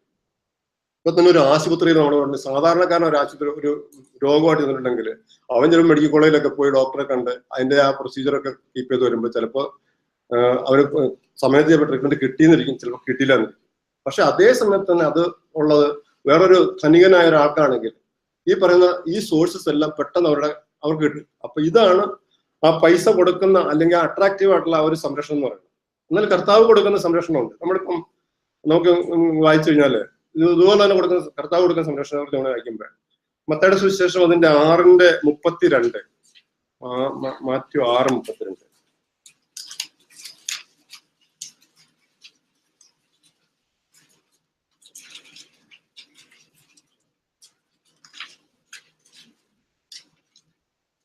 ആര്യാ നാം എനിക്ക് നിങ്ങൾക്ക് കുറിച്ചെടുത്ത് കൊടുക്കും എന്നിങ്ങനെ നിങ്ങൾ വിചാരപ്പെടരുത്. ഈ വകയൊക്കെ ജാതികൾ അന്വേഷിക്കുന്നു. സ്വർഗസ്വമായ നിങ്ങളുടെ പിതാവ് ഇതൊക്കെ നിങ്ങൾക്ക് ആവശ്യങ്ങൾ അറിയുന്നു. അപ്പൊ അത് മതി. അപ്പൊ നമ്മൾ ഇവിടെ കാണുന്ന ഒരു കാര്യത്തിനുണ്ടെങ്കിൽ നമ്മൾ യുവ കാര്യങ്ങളെ കുറിച്ചൊക്കെ നമ്മൾ ഒപ്പം വേലാതിപ്പെടാറുണ്ടെങ്കിൽ കൂടിയും ദൈവം പറയുന്നത് ഇതെല്ലാം നിങ്ങൾക്ക് ആവശ്യമുണ്ടെന്നാണ് പറയുന്നത്. അപ്പൊ ദൈവം ഫുൾഫിൽ ചെയ്യുന്നത് എപ്പോഴും നമ്മുടെ ആവശ്യമാണ് ലീഡ് ചെയ്യുന്നത്. ഇത് നമുക്ക് ആവശ്യമുണ്ടെന്നുള്ള കാര്യത്തെ കുറിച്ച്. പക്ഷെ പണം ഫുൾഫിൽ ചെയ്യുന്നത് പലപ്പോഴും ആവശ്യമല്ല, നമ്മുടെ ആഗ്രഹങ്ങളും നമ്മുടെ ഗ്രീഡുമാണ്. അതായത് നീഡല്ല പണം കൊണ്ട് പലപ്പോഴും ഫില്ല് ചെയ്യുന്നത്, ഗ്രീഡ് ആണെന്ന് നമുക്ക് മനസ്സിലാക്കാൻ പറ്റും. അപ്പൊ നമ്മളിവിടെ കണ്ടു, അതായത് ദൈവം കൊടുക്കുന്ന അല്ലെങ്കിൽ ദൈവത്തിന്റെ ക്വാളിറ്റി നമ്മൾ കണ്ടു, പണം കൊടുക്കുന്ന സംരക്ഷണം നമ്മൾ കണ്ടു. ഇതുണ്ട്. ഇനി അടുത്തത് ഞാൻ ഇതിനെക്കുറിച്ച് വായിച്ചപ്പോ കണ്ട ദിവസം അറിവ് എന്ന് പറഞ്ഞിട്ടുണ്ടെങ്കിൽ 2 തരത്തിലുള്ള അറിവുണ്ട്. ലോകം നൽകുന്ന അറിവുണ്ട്, ലോകത്തിലൂടെ നമ്മൾ ആർജിച്ചെടുക്കുന്ന അറിവുകളുണ്ട്. അപ്പൊ നമ്മൾ യൂണിവേഴ്സിറ്റിയിൽ പോയി അല്ലെങ്കിൽ പഠിച്ചു, ഒരു കുഞ്ഞുണ്ടായി കഴിഞ്ഞിട്ടുണ്ടെങ്കിൽ അതിന് നമ്മൾ സ്കൂളിൽ വിട്ട് അത് വലുതായി അവൻ പഠിക്കുന്ന ഒരുപാട് കാര്യങ്ങളിലേക്ക് എത്തിച്ചേരുമ്പോൾ അവൻ ആർജിച്ചെടുക്കുന്ന അറിവുണ്ട്, അതും ഒരു അറിവാണ്. എന്നാലും മറ്റൊരു അറിവുണ്ട്, ദൈവത്തെ അന്വേഷിക്കുന്നതിന് ലഭിക്കുന്ന ഒരു അറിവെന്ന് പറയുന്നത്. ദൈവത്തെ അന്വേഷിക്കുന്നതിന് ലഭിക്കുന്ന അറിവ് എന്ന് പറയുന്നത് അതൊരു മഹത്തരമായ ഒരു അറിവ് തന്നെയാണ്. ആ അറിവിനെ കുറിച്ച് നമുക്ക് 1 കൊരിന്ത്യൻസ് അതിന്റെ 1:18 നമുക്ക് വായിക്കാൻ പറ്റുന്നുണ്ട്. ദൈവം കൊടുക്കുന്ന വിജ്ഞാനമാണ്. അതെങ്ങനെ പറയുന്നത്? നാശത്തിലാഴുന്നവർക്ക് കുരിശിന്റെ സന്ദേശം ഭോഷത്വമാണ്, രക്ഷിക്കപ്പെടുന്നവരായ നമുക്കോ ദൈവത്തിന്റെ ശക്തിയാണ് എന്ന് പറയുന്നത്. അപ്പം ദൈവത്തിൽ നിന്ന് കിട്ടുന്ന ഈ വിജ്ഞാനം ലോകപ്രകാരം അറിവ് നേടുന്ന ഒരു വ്യക്തിക്ക് അത് ചിലപ്പോൾ ഫൂളിഷ്നസ് ആയിട്ട് തോന്നും. പക്ഷെ ദൈവത്തിൽ നിന്ന് കൊടുക്കുന്ന ആ വിജ്ഞാനം എന്ന് പറയുന്നത് അതൊരു ശക്തിയാണ്, അറിവാണ്, സമാധാനമാണ്. ഞാനിപ്പോ ഇവിടെ ഈ പ്രാർത്ഥനയ്ക്ക് വന്നിട്ട് 5 വർഷമായി. ഞാൻ പലപ്പോഴും പറയുമ്പോൾ ഇങ്ങനെ സാഹചര്യം പറയും, എപ്പോഴും പറയാനുള്ള ഒരു കാര്യമുണ്ട്. 25 വർഷമായിട്ട് ഞാൻ കർത്താവിലേക്ക് വന്നു. അതിനുശേഷം എന്റെ ഒരു കാര്യത്തിലും എനിക്ക് കർത്താവ് ഒരു കുറവ് വന്നിട്ടില്ല എന്ന് പറയും. നമ്മളിതെല്ലാം ശ്രദ്ധിച്ചുകൊണ്ടിരിക്കുന്നത്, നല്ല കേൾക്കുമ്പോൾ ഒക്കെ ശ്രദ്ധിക്കുന്ന കാര്യങ്ങളാണ്. പക്ഷെ എനിക്ക് മനസ്സിലാവുന്ന കാര്യങ്ങൾ എല്ലാം ആബ്സല്യൂട്ടാണ് അതിൻ്റെ അകത്ത്. അപ്പൊ നമ്മളിവിടെ ഇപ്പൊ നമ്മൾ വായിച്ചത് ഇതാണ്. അതായത് ലോകപ്രകാരമുള്ള മനുഷ്യനാണെങ്കിൽ പറഞ്ഞ കേൾക്കുമ്പോൾ വലിയ ഒന്നും, കാരണം ഇപ്പൊ സാഹചര്യം ഇപ്പം മെറ്റീരിയൽ ആയിട്ട് നോക്കിയിട്ടുണ്ടെങ്കിൽ അതിന് മാത്രമുള്ള വലിയ കാര്യങ്ങളൊന്നുമില്ല. അവന് എന്നെ ഇതിന് മാത്രം കിട്ടിയെന്ന് ചോദിക്കും. ഒരുപാട് കിട്ടിയിട്ടുണ്ട്. കാരണം ജീവിതത്തിൽ ഒരിക്കലും ലജ്ജിക്കേണ്ടി വന്നിട്ടില്ല, അല്ലെങ്കിൽ ദൈവം ഒരിക്കലും ലജ്ജനായിട്ട് നടത്തിയിട്ടില്ല. അത് ഫിസിക്കലാണ്, സ്പിരിച്വൽ ആയിട്ടാണെങ്കിലും. ആ സ്പിരിച്വൽ ആയിട്ടുള്ള കാര്യം എന്ന് പറഞ്ഞിട്ടുണ്ടെങ്കിൽ എപ്പോഴും നമ്മുടെ മുഖത്ത് കാണുന്ന സംതൃപ്തി, സന്തോഷം, കർത്താവിനെ കുറിച്ച് നമുക്കുള്ള ജ്ഞാനം, അത് ഗ്രഹിക്കാനും പഠിക്കാനുള്ള ഇഷ്ടം, ഇതൊക്കെയാണ് സ്പിരിച്വലായിട്ട് നമുക്ക് കാണാൻ പറ്റുന്നത്. ഫിസിക്കലായിട്ട് അല്ലെങ്കിൽ മെറ്റീരിയൽ ആയിട്ടും ഒരു കുറവല്ല. അത് നമ്മൾ ഒരുപാട് ഇപ്പൊ നമ്മൾ കാണുന്ന രീതിയിലുള്ള ഈ ലോകത്തിലുള്ള ഒരുപാട് ധനികരായ മനുഷ്യരുണ്ട്. നമ്മൾ അവരുടെ പേഴ്സണൽ ലൈഫിന്റെ അകത്തേക്ക് നമ്മൾ കുറച്ചും കൂടി ഇന്നറായിട്ട് ഇറങ്ങി ചെന്നിട്ട് നമുക്ക് ചിലപ്പോൾ ചിലപ്പോൾ അവിടെ നിരാശയും സങ്കടമൊക്കെ ആയിരിക്കും നമുക്ക് കാണാൻ പറ്റുന്നത്. പുറത്ത് കാണുന്ന പ്രമോടി മാത്രമേ ഉണ്ടാകത്തുള്ളൂ. പക്ഷെ അതല്ല അത് കാണുന്നത്. ഒരു ദൈവിക മനുഷ്യന്റെ ഏറ്റവും വലിയ പ്രത്യേകത എന്ന് പറയുന്നത് അവർക്ക് കൊടുക്കുന്ന സമാധാനമാണ്. എനിക്കത് വ്യക്തിപരമായിട്ട് എനിക്ക് ഒരുപാട് അനുഭവമുണ്ട്. ഞാൻ ദൈവത്തെ ശരിക്കും അറിയാതിരുന്ന കാലത്തും ദൈവത്തെ അറിഞ്ഞതിന് ശേഷവും ദൈവം തരുന്ന നല്ല സമാധാനവും സന്തോഷവും ഓരോ അതിനെക്കുറിച്ച് പറയുന്നു. അത് നമ്മൾ യോഹന്നാന്റെ സുവിശേഷത്തിന്റെ 14:27 നമ്മൾ വായിക്കുന്നത്, എന്റെ സമാധാനം ഞാൻ നിങ്ങൾക്ക് തരുന്നത് ലോകം തരുന്ന പോലെ അല്ല എന്ന് പറയുന്ന കാര്യം. അത് ലോകം തരുന്ന പോലെ അല്ല സമാധാനം, ലോകത്തിന്റെ സമാധാനമല്ല. അപ്പൊ ഇതാണ് ആ ലോകം തരുന്ന അറിവ്. ഇനി നമ്മൾ ഇവിടെ വീണ്ടും കാണുന്ന മറ്റൊരു ഈ നമ്മൾ വായിച്ച വാക്യത്തിൽ നമുക്ക് വീണ്ടും കാണുന്ന ഒരു കാര്യം കൂടി, വിജ്ഞാനം അല്ലെങ്കിൽ വിജ്ഞാനി എന്ന് പറയുന്ന കാര്യം. ആരാണ് വിജ്ഞാനി? വിജ്ഞാനി എന്ന് പറയുന്നത് വളരെ ഇമ്പോർട്ടന്റ് ആയ ഒരു വാക്യം. അത് നമുക്ക് മനസ്സിലാക്കാൻ പറ്റുന്ന കാര്യമാണ്. നമ്മൾ സങ്കീർത്തനം അതിന്റെ 53:2 എന്ന് വായിക്കും.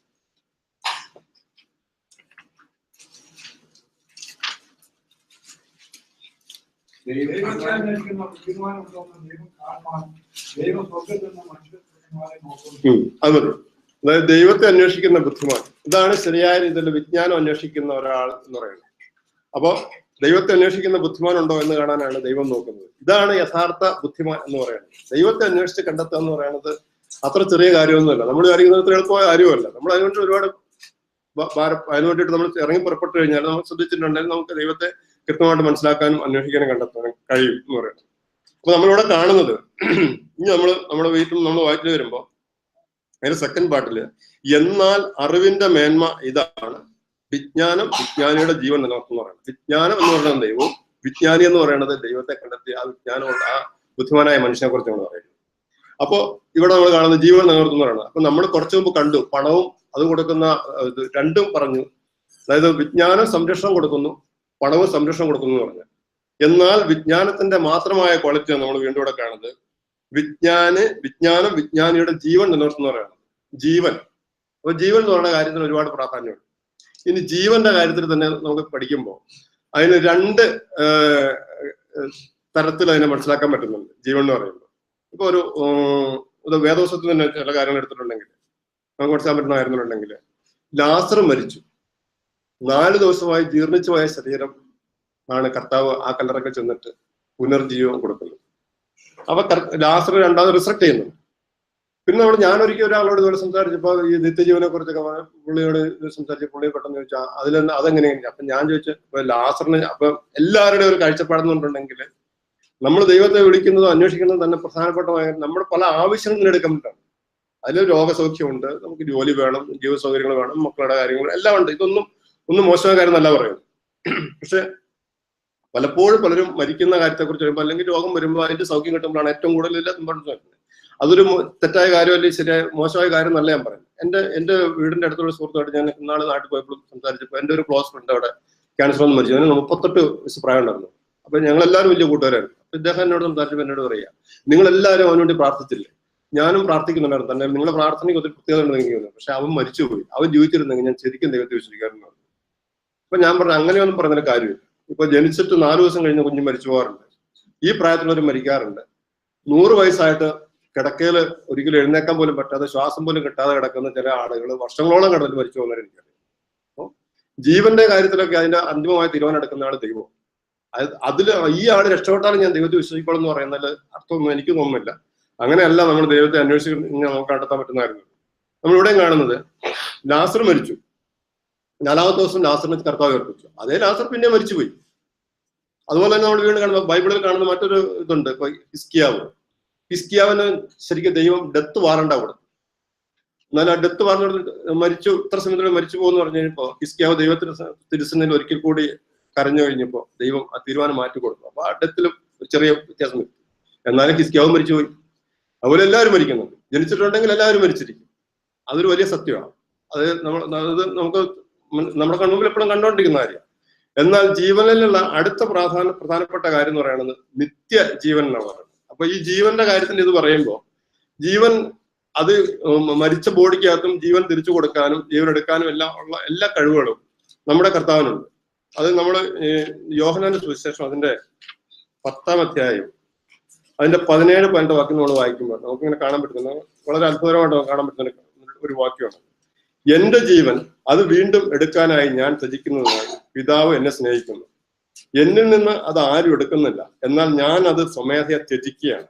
അത് കർത്താവിന്റെ മാത്രമുള്ള പവറാണ് എന്നോട് കാണും. അത് ത്യജിക്കാൻ എനിക്ക് അധികാരമുണ്ട്, അത് വീണ്ടും എടുക്കാനും എനിക്ക് അധികാരമുണ്ട്. ഈ കൽപ്പന എന്റെ പിതാവിൽ നിന്ന് എനിക്ക് ത്യജിക്കാനും എടുക്കാനും കൊടുക്കാനും എടുക്കാനുള്ള അധികാരം കർത്താവിന് മാത്രമേ ഉള്ളൂ, ദൈവത്തിന് മാത്രമേ ഉള്ളൂ. അതുകൊണ്ടിവിടെ ഈ ജീവന്റെ ഈ അത് ഏറെക്കുറെ അതിന്റെ ഇത് വെച്ചിട്ടാണ് ലാസറിന്റെ നമുക്ക് മനസ്സിലാക്കാൻ പറ്റുന്നത്.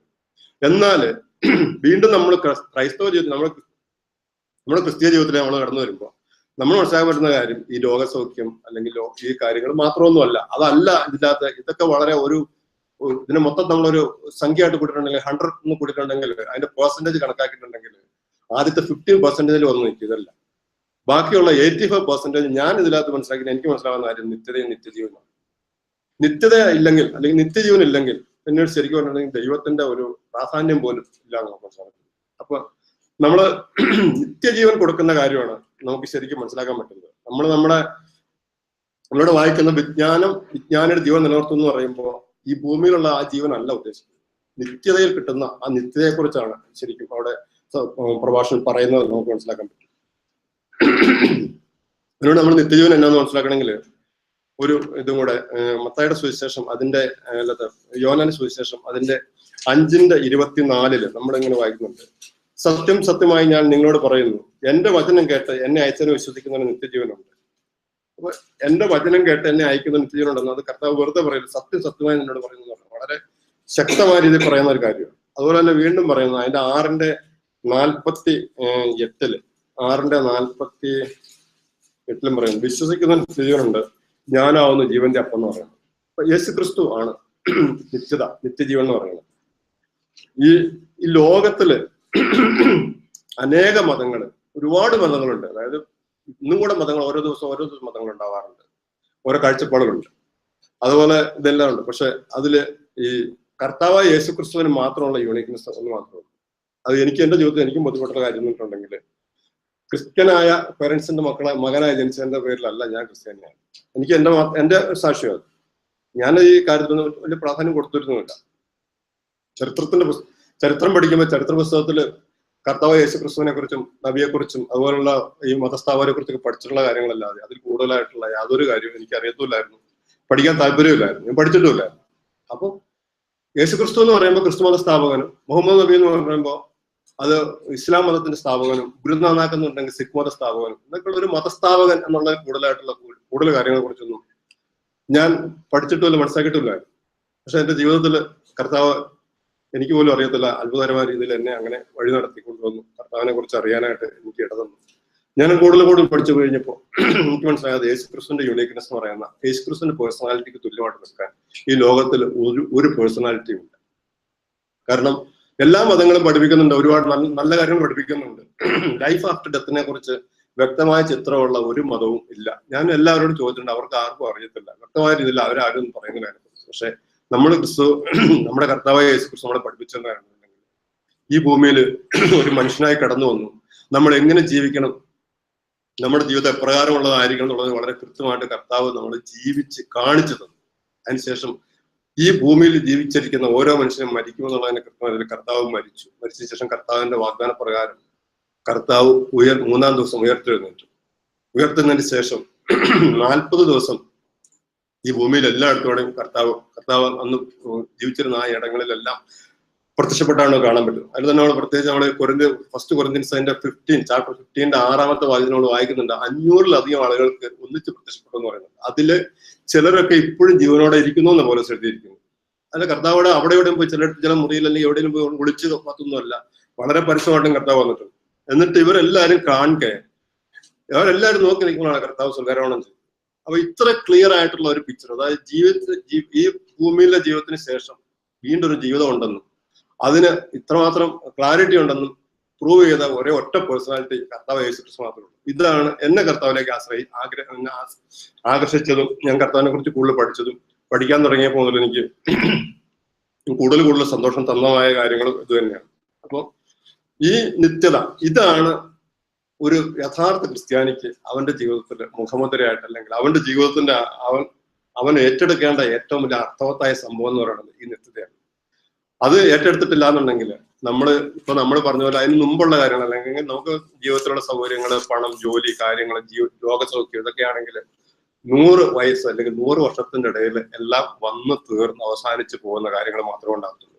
അതിന്റെ അപ്പുറത്തേക്ക് അതിനൊരു കാര്യം ഉണ്ടാകത്തില്ല. അപ്പം ദൈവം നമ്മളിൽ നിന്ന് ആഗ്രഹിക്കുന്ന കാര്യങ്ങൾ ഇതൊക്കെ തന്നെയാണ്. നമ്മള് തിമോത്തിയോസിന് എഴുതിയ ലേഖനം, അതിന്റെ ഫസ്റ്റ് തിമോത്തിയോസ് അതിന്റെ 2-ാം അധ്യായം അതിന്റെ 4 നമ്മൾ ഇങ്ങനെ വായിക്കുന്നുണ്ട്: എല്ലാ മനുഷ്യരും രക്ഷ പ്രാപിക്കണമെന്നും സത്യത്തിന്റെ അറിവിൽ ചെന്നെത്തണമെന്നും അവൻ ആഗ്രഹിക്കുന്നു. മനുഷ്യരെ കുറിച്ച് ദൈവത്തിനുള്ള മനുഷ്യനെ ഡിസ്റ്റൻസ് ഇരിക്കുമ്പോൾ, ഓരോ മനുഷ്യനെയും ദൈവം സൃഷ്ടിച്ചിരിക്കുമ്പോൾ ദൈവത്തിന് മനുഷ്യനെ കുറിച്ച് ഒരു ആഗ്രഹമുണ്ട്. ആ ആഗ്രഹം എന്ന് പറയുന്നത് സത്യത്തിന്റെ പരിജ്ഞാനത്തിലെത്തി ദൈവത്തെക്കുറിച്ച് അറിഞ്ഞ് ഈ ഭൂമിയിൽ ദൈവം പറഞ്ഞ പ്രകാരം ജീവിച്ച് മരിച്ച് വീണ്ടും കർത്താവിന്റെ അടുത്ത് ചെന്ന് കർത്താവിന്റെ കൂടെയുള്ള ആ ഒരു കൂട്ടായ്മയിൽ നമ്മൾ എത്തിച്ചേരണം എന്നാണ് ദൈവം നമ്മെക്കുറിച്ച് ആഗ്രഹിക്കുന്നത്. ദൈവം നമ്മെക്കുറിച്ച് ആഗ്രഹിക്കുമ്പോൾ ഇത് ദൈവത്തിന്റെ ആഗ്രഹം എന്ന് വിചാരിക്കും. അല്ല, അതിനേക്കാളെല്ലാം കൂടുതൽ ഇമ്പോർട്ടൻസ് ഉള്ള കാര്യം എന്ന് പറയുന്നത് ഇത് ഇങ്ങനെ ജീവിച്ച് അങ്ങനെ നമ്മുടെ ഒരു ജീവിതം വിജയമായി തീർന്നു കഴിഞ്ഞാൽ അതുകൊണ്ട് കിട്ടുന്ന ഏറ്റവും വലിയ ഗുണം എന്ന് പറയുന്നത് വേറെ ആർക്കുമല്ല, നമുക്കാണ്. നമ്മള് അങ്ങനെ ആയില്ല എന്ന് പറഞ്ഞു കഴിഞ്ഞാലും കർത്താവിന് പ്രത്യേകിച്ച് ഒന്നും നഷ്ടപ്പെടാൻ തോന്നുന്നു. പക്ഷെ നമ്മൾ അങ്ങനെ ആയില്ല എന്നുണ്ടെങ്കിൽ നഷ്ടപ്പെടാൻ പോകുന്നത് നമ്മുടെ നിത്യതയും നമ്മുടെ ജീവിതമായിരിക്കും. നമുക്ക് നഷ്ടപ്പെട്ടു പോയാൽ നിത്യത നഷ്ടപ്പെട്ടിട്ടില്ല, പിന്നെ നമ്മുടെ ജീവിതത്തിന്റെ അർത്ഥമില്ല. നമ്മള് മത്തായിയുടെ സുവിശേഷം അതിന്റെ 16:26 എനിക്ക് തോന്നുന്നു ഇങ്ങനെ വായിക്കുന്നുണ്ട്. സത്യവദോസത്തിലാണ് എനിക്ക് ഒത്തിരി ടച്ചിങ് ആണ് കാര്യം. ഒരു മനുഷ്യൻ സർവ്വലോകവും നേടിയാലും തന്റെ ആത്മാവിനെ നഷ്ടപ്പെടുത്തിയാൽ അവൻ എന്ത് പ്രയോജനം എന്ന് ചോദിക്കും. അവന് എന്ത് പ്രയോജനമുള്ളൂ? ഈ ലോകം എന്ത് നേടിയിട്ടുണ്ടെങ്കിലും നമ്മുടെ ആത്മാവ് നഷ്ടപ്പെടുത്തി കഴിഞ്ഞാൽ നമുക്ക് ഒരു പ്രയോജനം കിട്ടത്തില്ല. അപ്പൊ നമ്മൾ ഇവിടെ കാണുന്നത് വിജ്ഞാനം നൽകുന്ന സംരക്ഷണം പണം നൽകുന്ന സംരക്ഷണം പോലെയാണ്. എന്നാൽ അറിവിന്റെ മേന്മ ഇതാണ്: വിജ്ഞാനിയുടെ ജീവൻ എന്ന് പറയുന്നത്. വിജ്ഞാനം വിജ്ഞാനിയുടെ ജീവൻ. ദൈവത്തെ കണ്ടെത്തുന്നവൻ തീർച്ചയായിട്ടും ഈ ലോകത്തിലും അടുത്ത ലോകത്തിലും ജീവിച്ചിരുന്ന് എന്നെ വിശ്വസിക്കുന്നവൻ ഒരു നാട് മരിക്കയില്ല എന്നാണ് യോഹന്നാൻ സുവിശേഷം വായിക്കുന്നത്. അപ്പോൾ ഈ കർത്താവിനെ നമ്മൾ കണ്ടെത്തി നമ്മൾ കർത്താവിന്റെ പാതാരന്ധങ്ങളിൽ നമ്മൾ സമർപ്പിച്ചിട്ടുണ്ടെങ്കിൽ നമ്മുടെ ജീവൻ ഒരിക്കലും നമുക്ക് നശിക്കില്ല എന്നാണ് മനസ്സിലാക്കാൻ പറ്റുന്നത്. നമ്മുടെ ഓരോരുത്തരും ജീവിതത്തിന്റെ ലക്ഷ്യം അങ്ങനെ ആയിരിക്കണമെന്ന് പ്രാർത്ഥിച്ചുകൊണ്ട് ഞാൻ വാക്കുകളെ അവസാനം.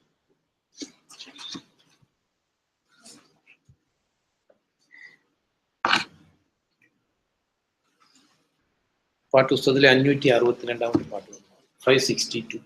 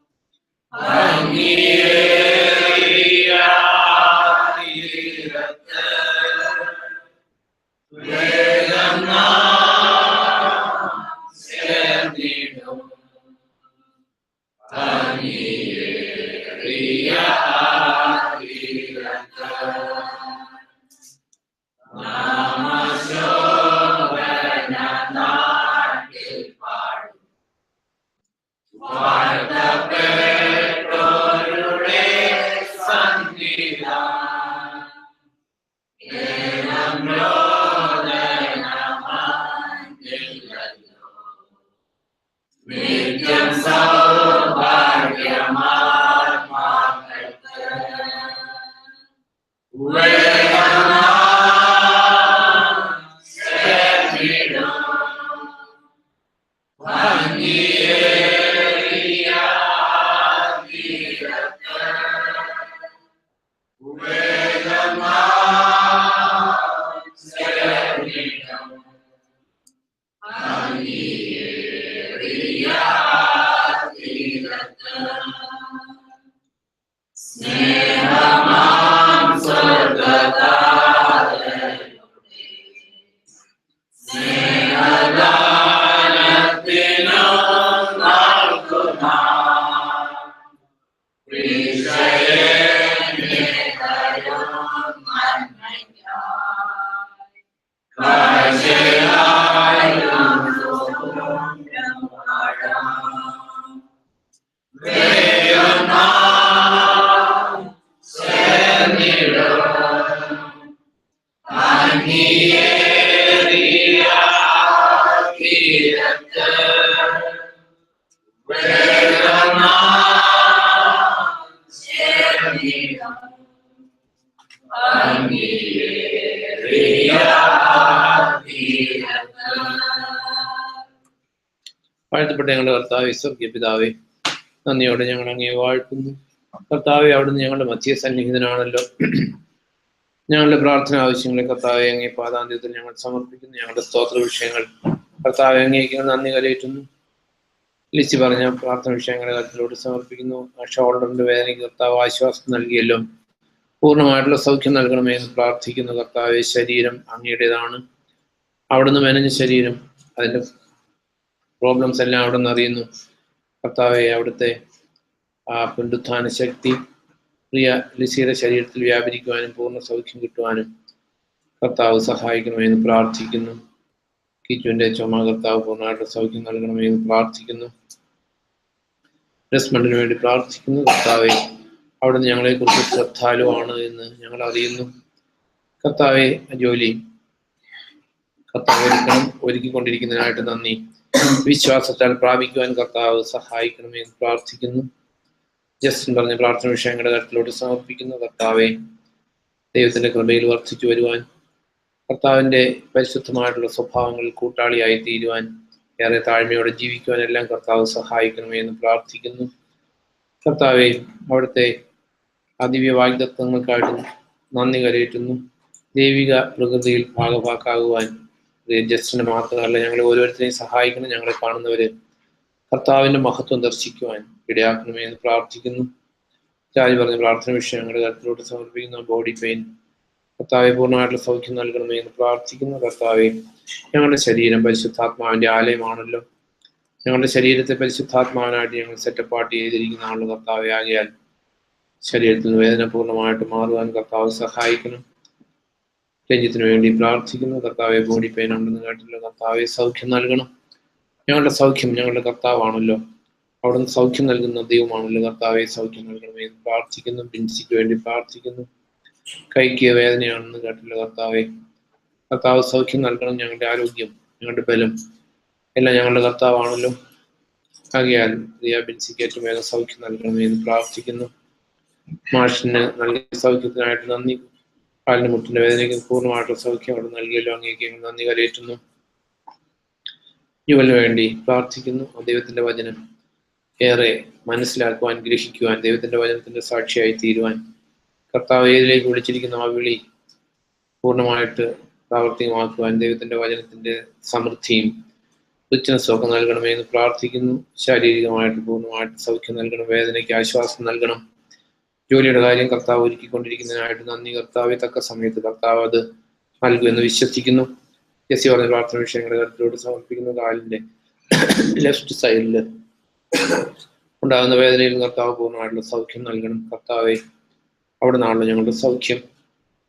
കർത്താവിന്റെ സൗഖ്യമാക്കുന്ന കാര്യം സ്പർശിക്കണമെന്ന് പ്രാർത്ഥിക്കുന്നു. സൗഖ്യം ശരീരത്തിൽ അനുഭവപ്പെടുവാൻ കർത്താവ് ഇടയാക്കണമേ എന്ന് പ്രാർത്ഥിക്കുന്നു. ബിജന്റെ പേരൻസിന് വേണ്ടി പ്രാർത്ഥിച്ചു. കർത്താവ് നൽകിയ സൗഖ്യത്തിനായിട്ട് നന്ദി. അവര് ദൈവമേ വാർദ്ധക്യത്തിലായിരിക്കുന്ന അവര് ക്രിസ്തുയേശുവിലൂടെയുള്ള രക്ഷ അനുഭവിക്കുവാൻ കർത്താവിലേറെ പ്രത്യാശ പ്രാപിക്കുവാനൊക്കെ സഹായിക്കണമേ എന്ന് പ്രാർത്ഥിക്കുന്നു. ലോകവും അതിൻ്റെ ഇച്ഛകളും കടന്നു പോകും.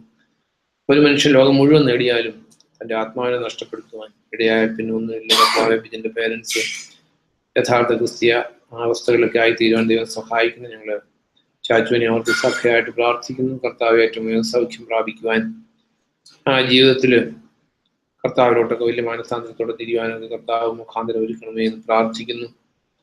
കർത്താവെ ഏറ്റവും വേഗം സൗഖ്യം നൽകുവാൻ ടോട്ടലി നോർമലായിട്ട് സൗഖ്യം പ്രാപിക്കുവാനൊക്കെ കർത്താവ് സഹായിക്കണമേ എന്ന് പ്രാർത്ഥിക്കുന്നു. ശുശ്രൂഷിക്കുന്ന ആ പേരൻസിനും ദൈവകൃപയൊക്കെ നൽകണമേ എന്ന് പ്രാർത്ഥിക്കുന്നു.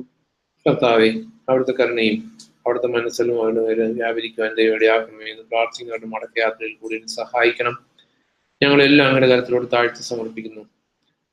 പുത്രനുള്ളവന് ജീവനുണ്ട്, പുത്രനില്ലാത്തവന് ജീവനില്ല. ഞങ്ങൾക്ക് പുത്രൻ ഞങ്ങളുടെ കൂടെ ഉള്ളത് കൊണ്ട് ജീവനും സമൃദ്ധമായിട്ടുള്ള ജീവനും ഞങ്ങളുടെ ജീവിതത്തിൽ, ഞങ്ങളുടെ കുടുംബത്തിന്റെ ജീവിതത്തിൽ, കുടുംബങ്ങളിലെല്ലാം കർത്താവിന്റെ മഹാശക്തിയും ആ വലിയ ജീവനും വെളിപ്പെടുവാൻ വിജ്ഞാനം നൽകുന്ന സംരക്ഷണം ധനം നൽകുന്നതിനേക്കാൾ ശ്രേഷ്ഠമായിട്ട് ജീവന്റെ മേൽ വിജ്ഞാനത്തിന്റെ വിജയത്തെക്കുറിച്ച് ഞങ്ങൾ ചിന്തിക്കുന്നു. വിജ്ഞാനം കർത്താവായ യേശു ക്രിസ്തു ആണല്ലോ. കർത്താവായ യേശു ക്രിസ്തുവിലൂടെയുള്ള ജീവനും സമൃദ്ധമായിട്ടുള്ള ജീവനും ഞങ്ങൾ ഓരോരുത്തരിലും ഞങ്ങളുടെ കുടുംബങ്ങളിലും വെളിപ്പെടുവാൻ കർത്താവ് സഹായിക്കുന്നു. ക്രിസ്തു യേശു മുഖാന്തരം യാചിക്കുന്നു, പ്രാർത്ഥിക്കുന്നു. പ്രിയ പിതാവേ, അവിടുന്ന് കേട്ടറിയണമേ. ആമേൻ.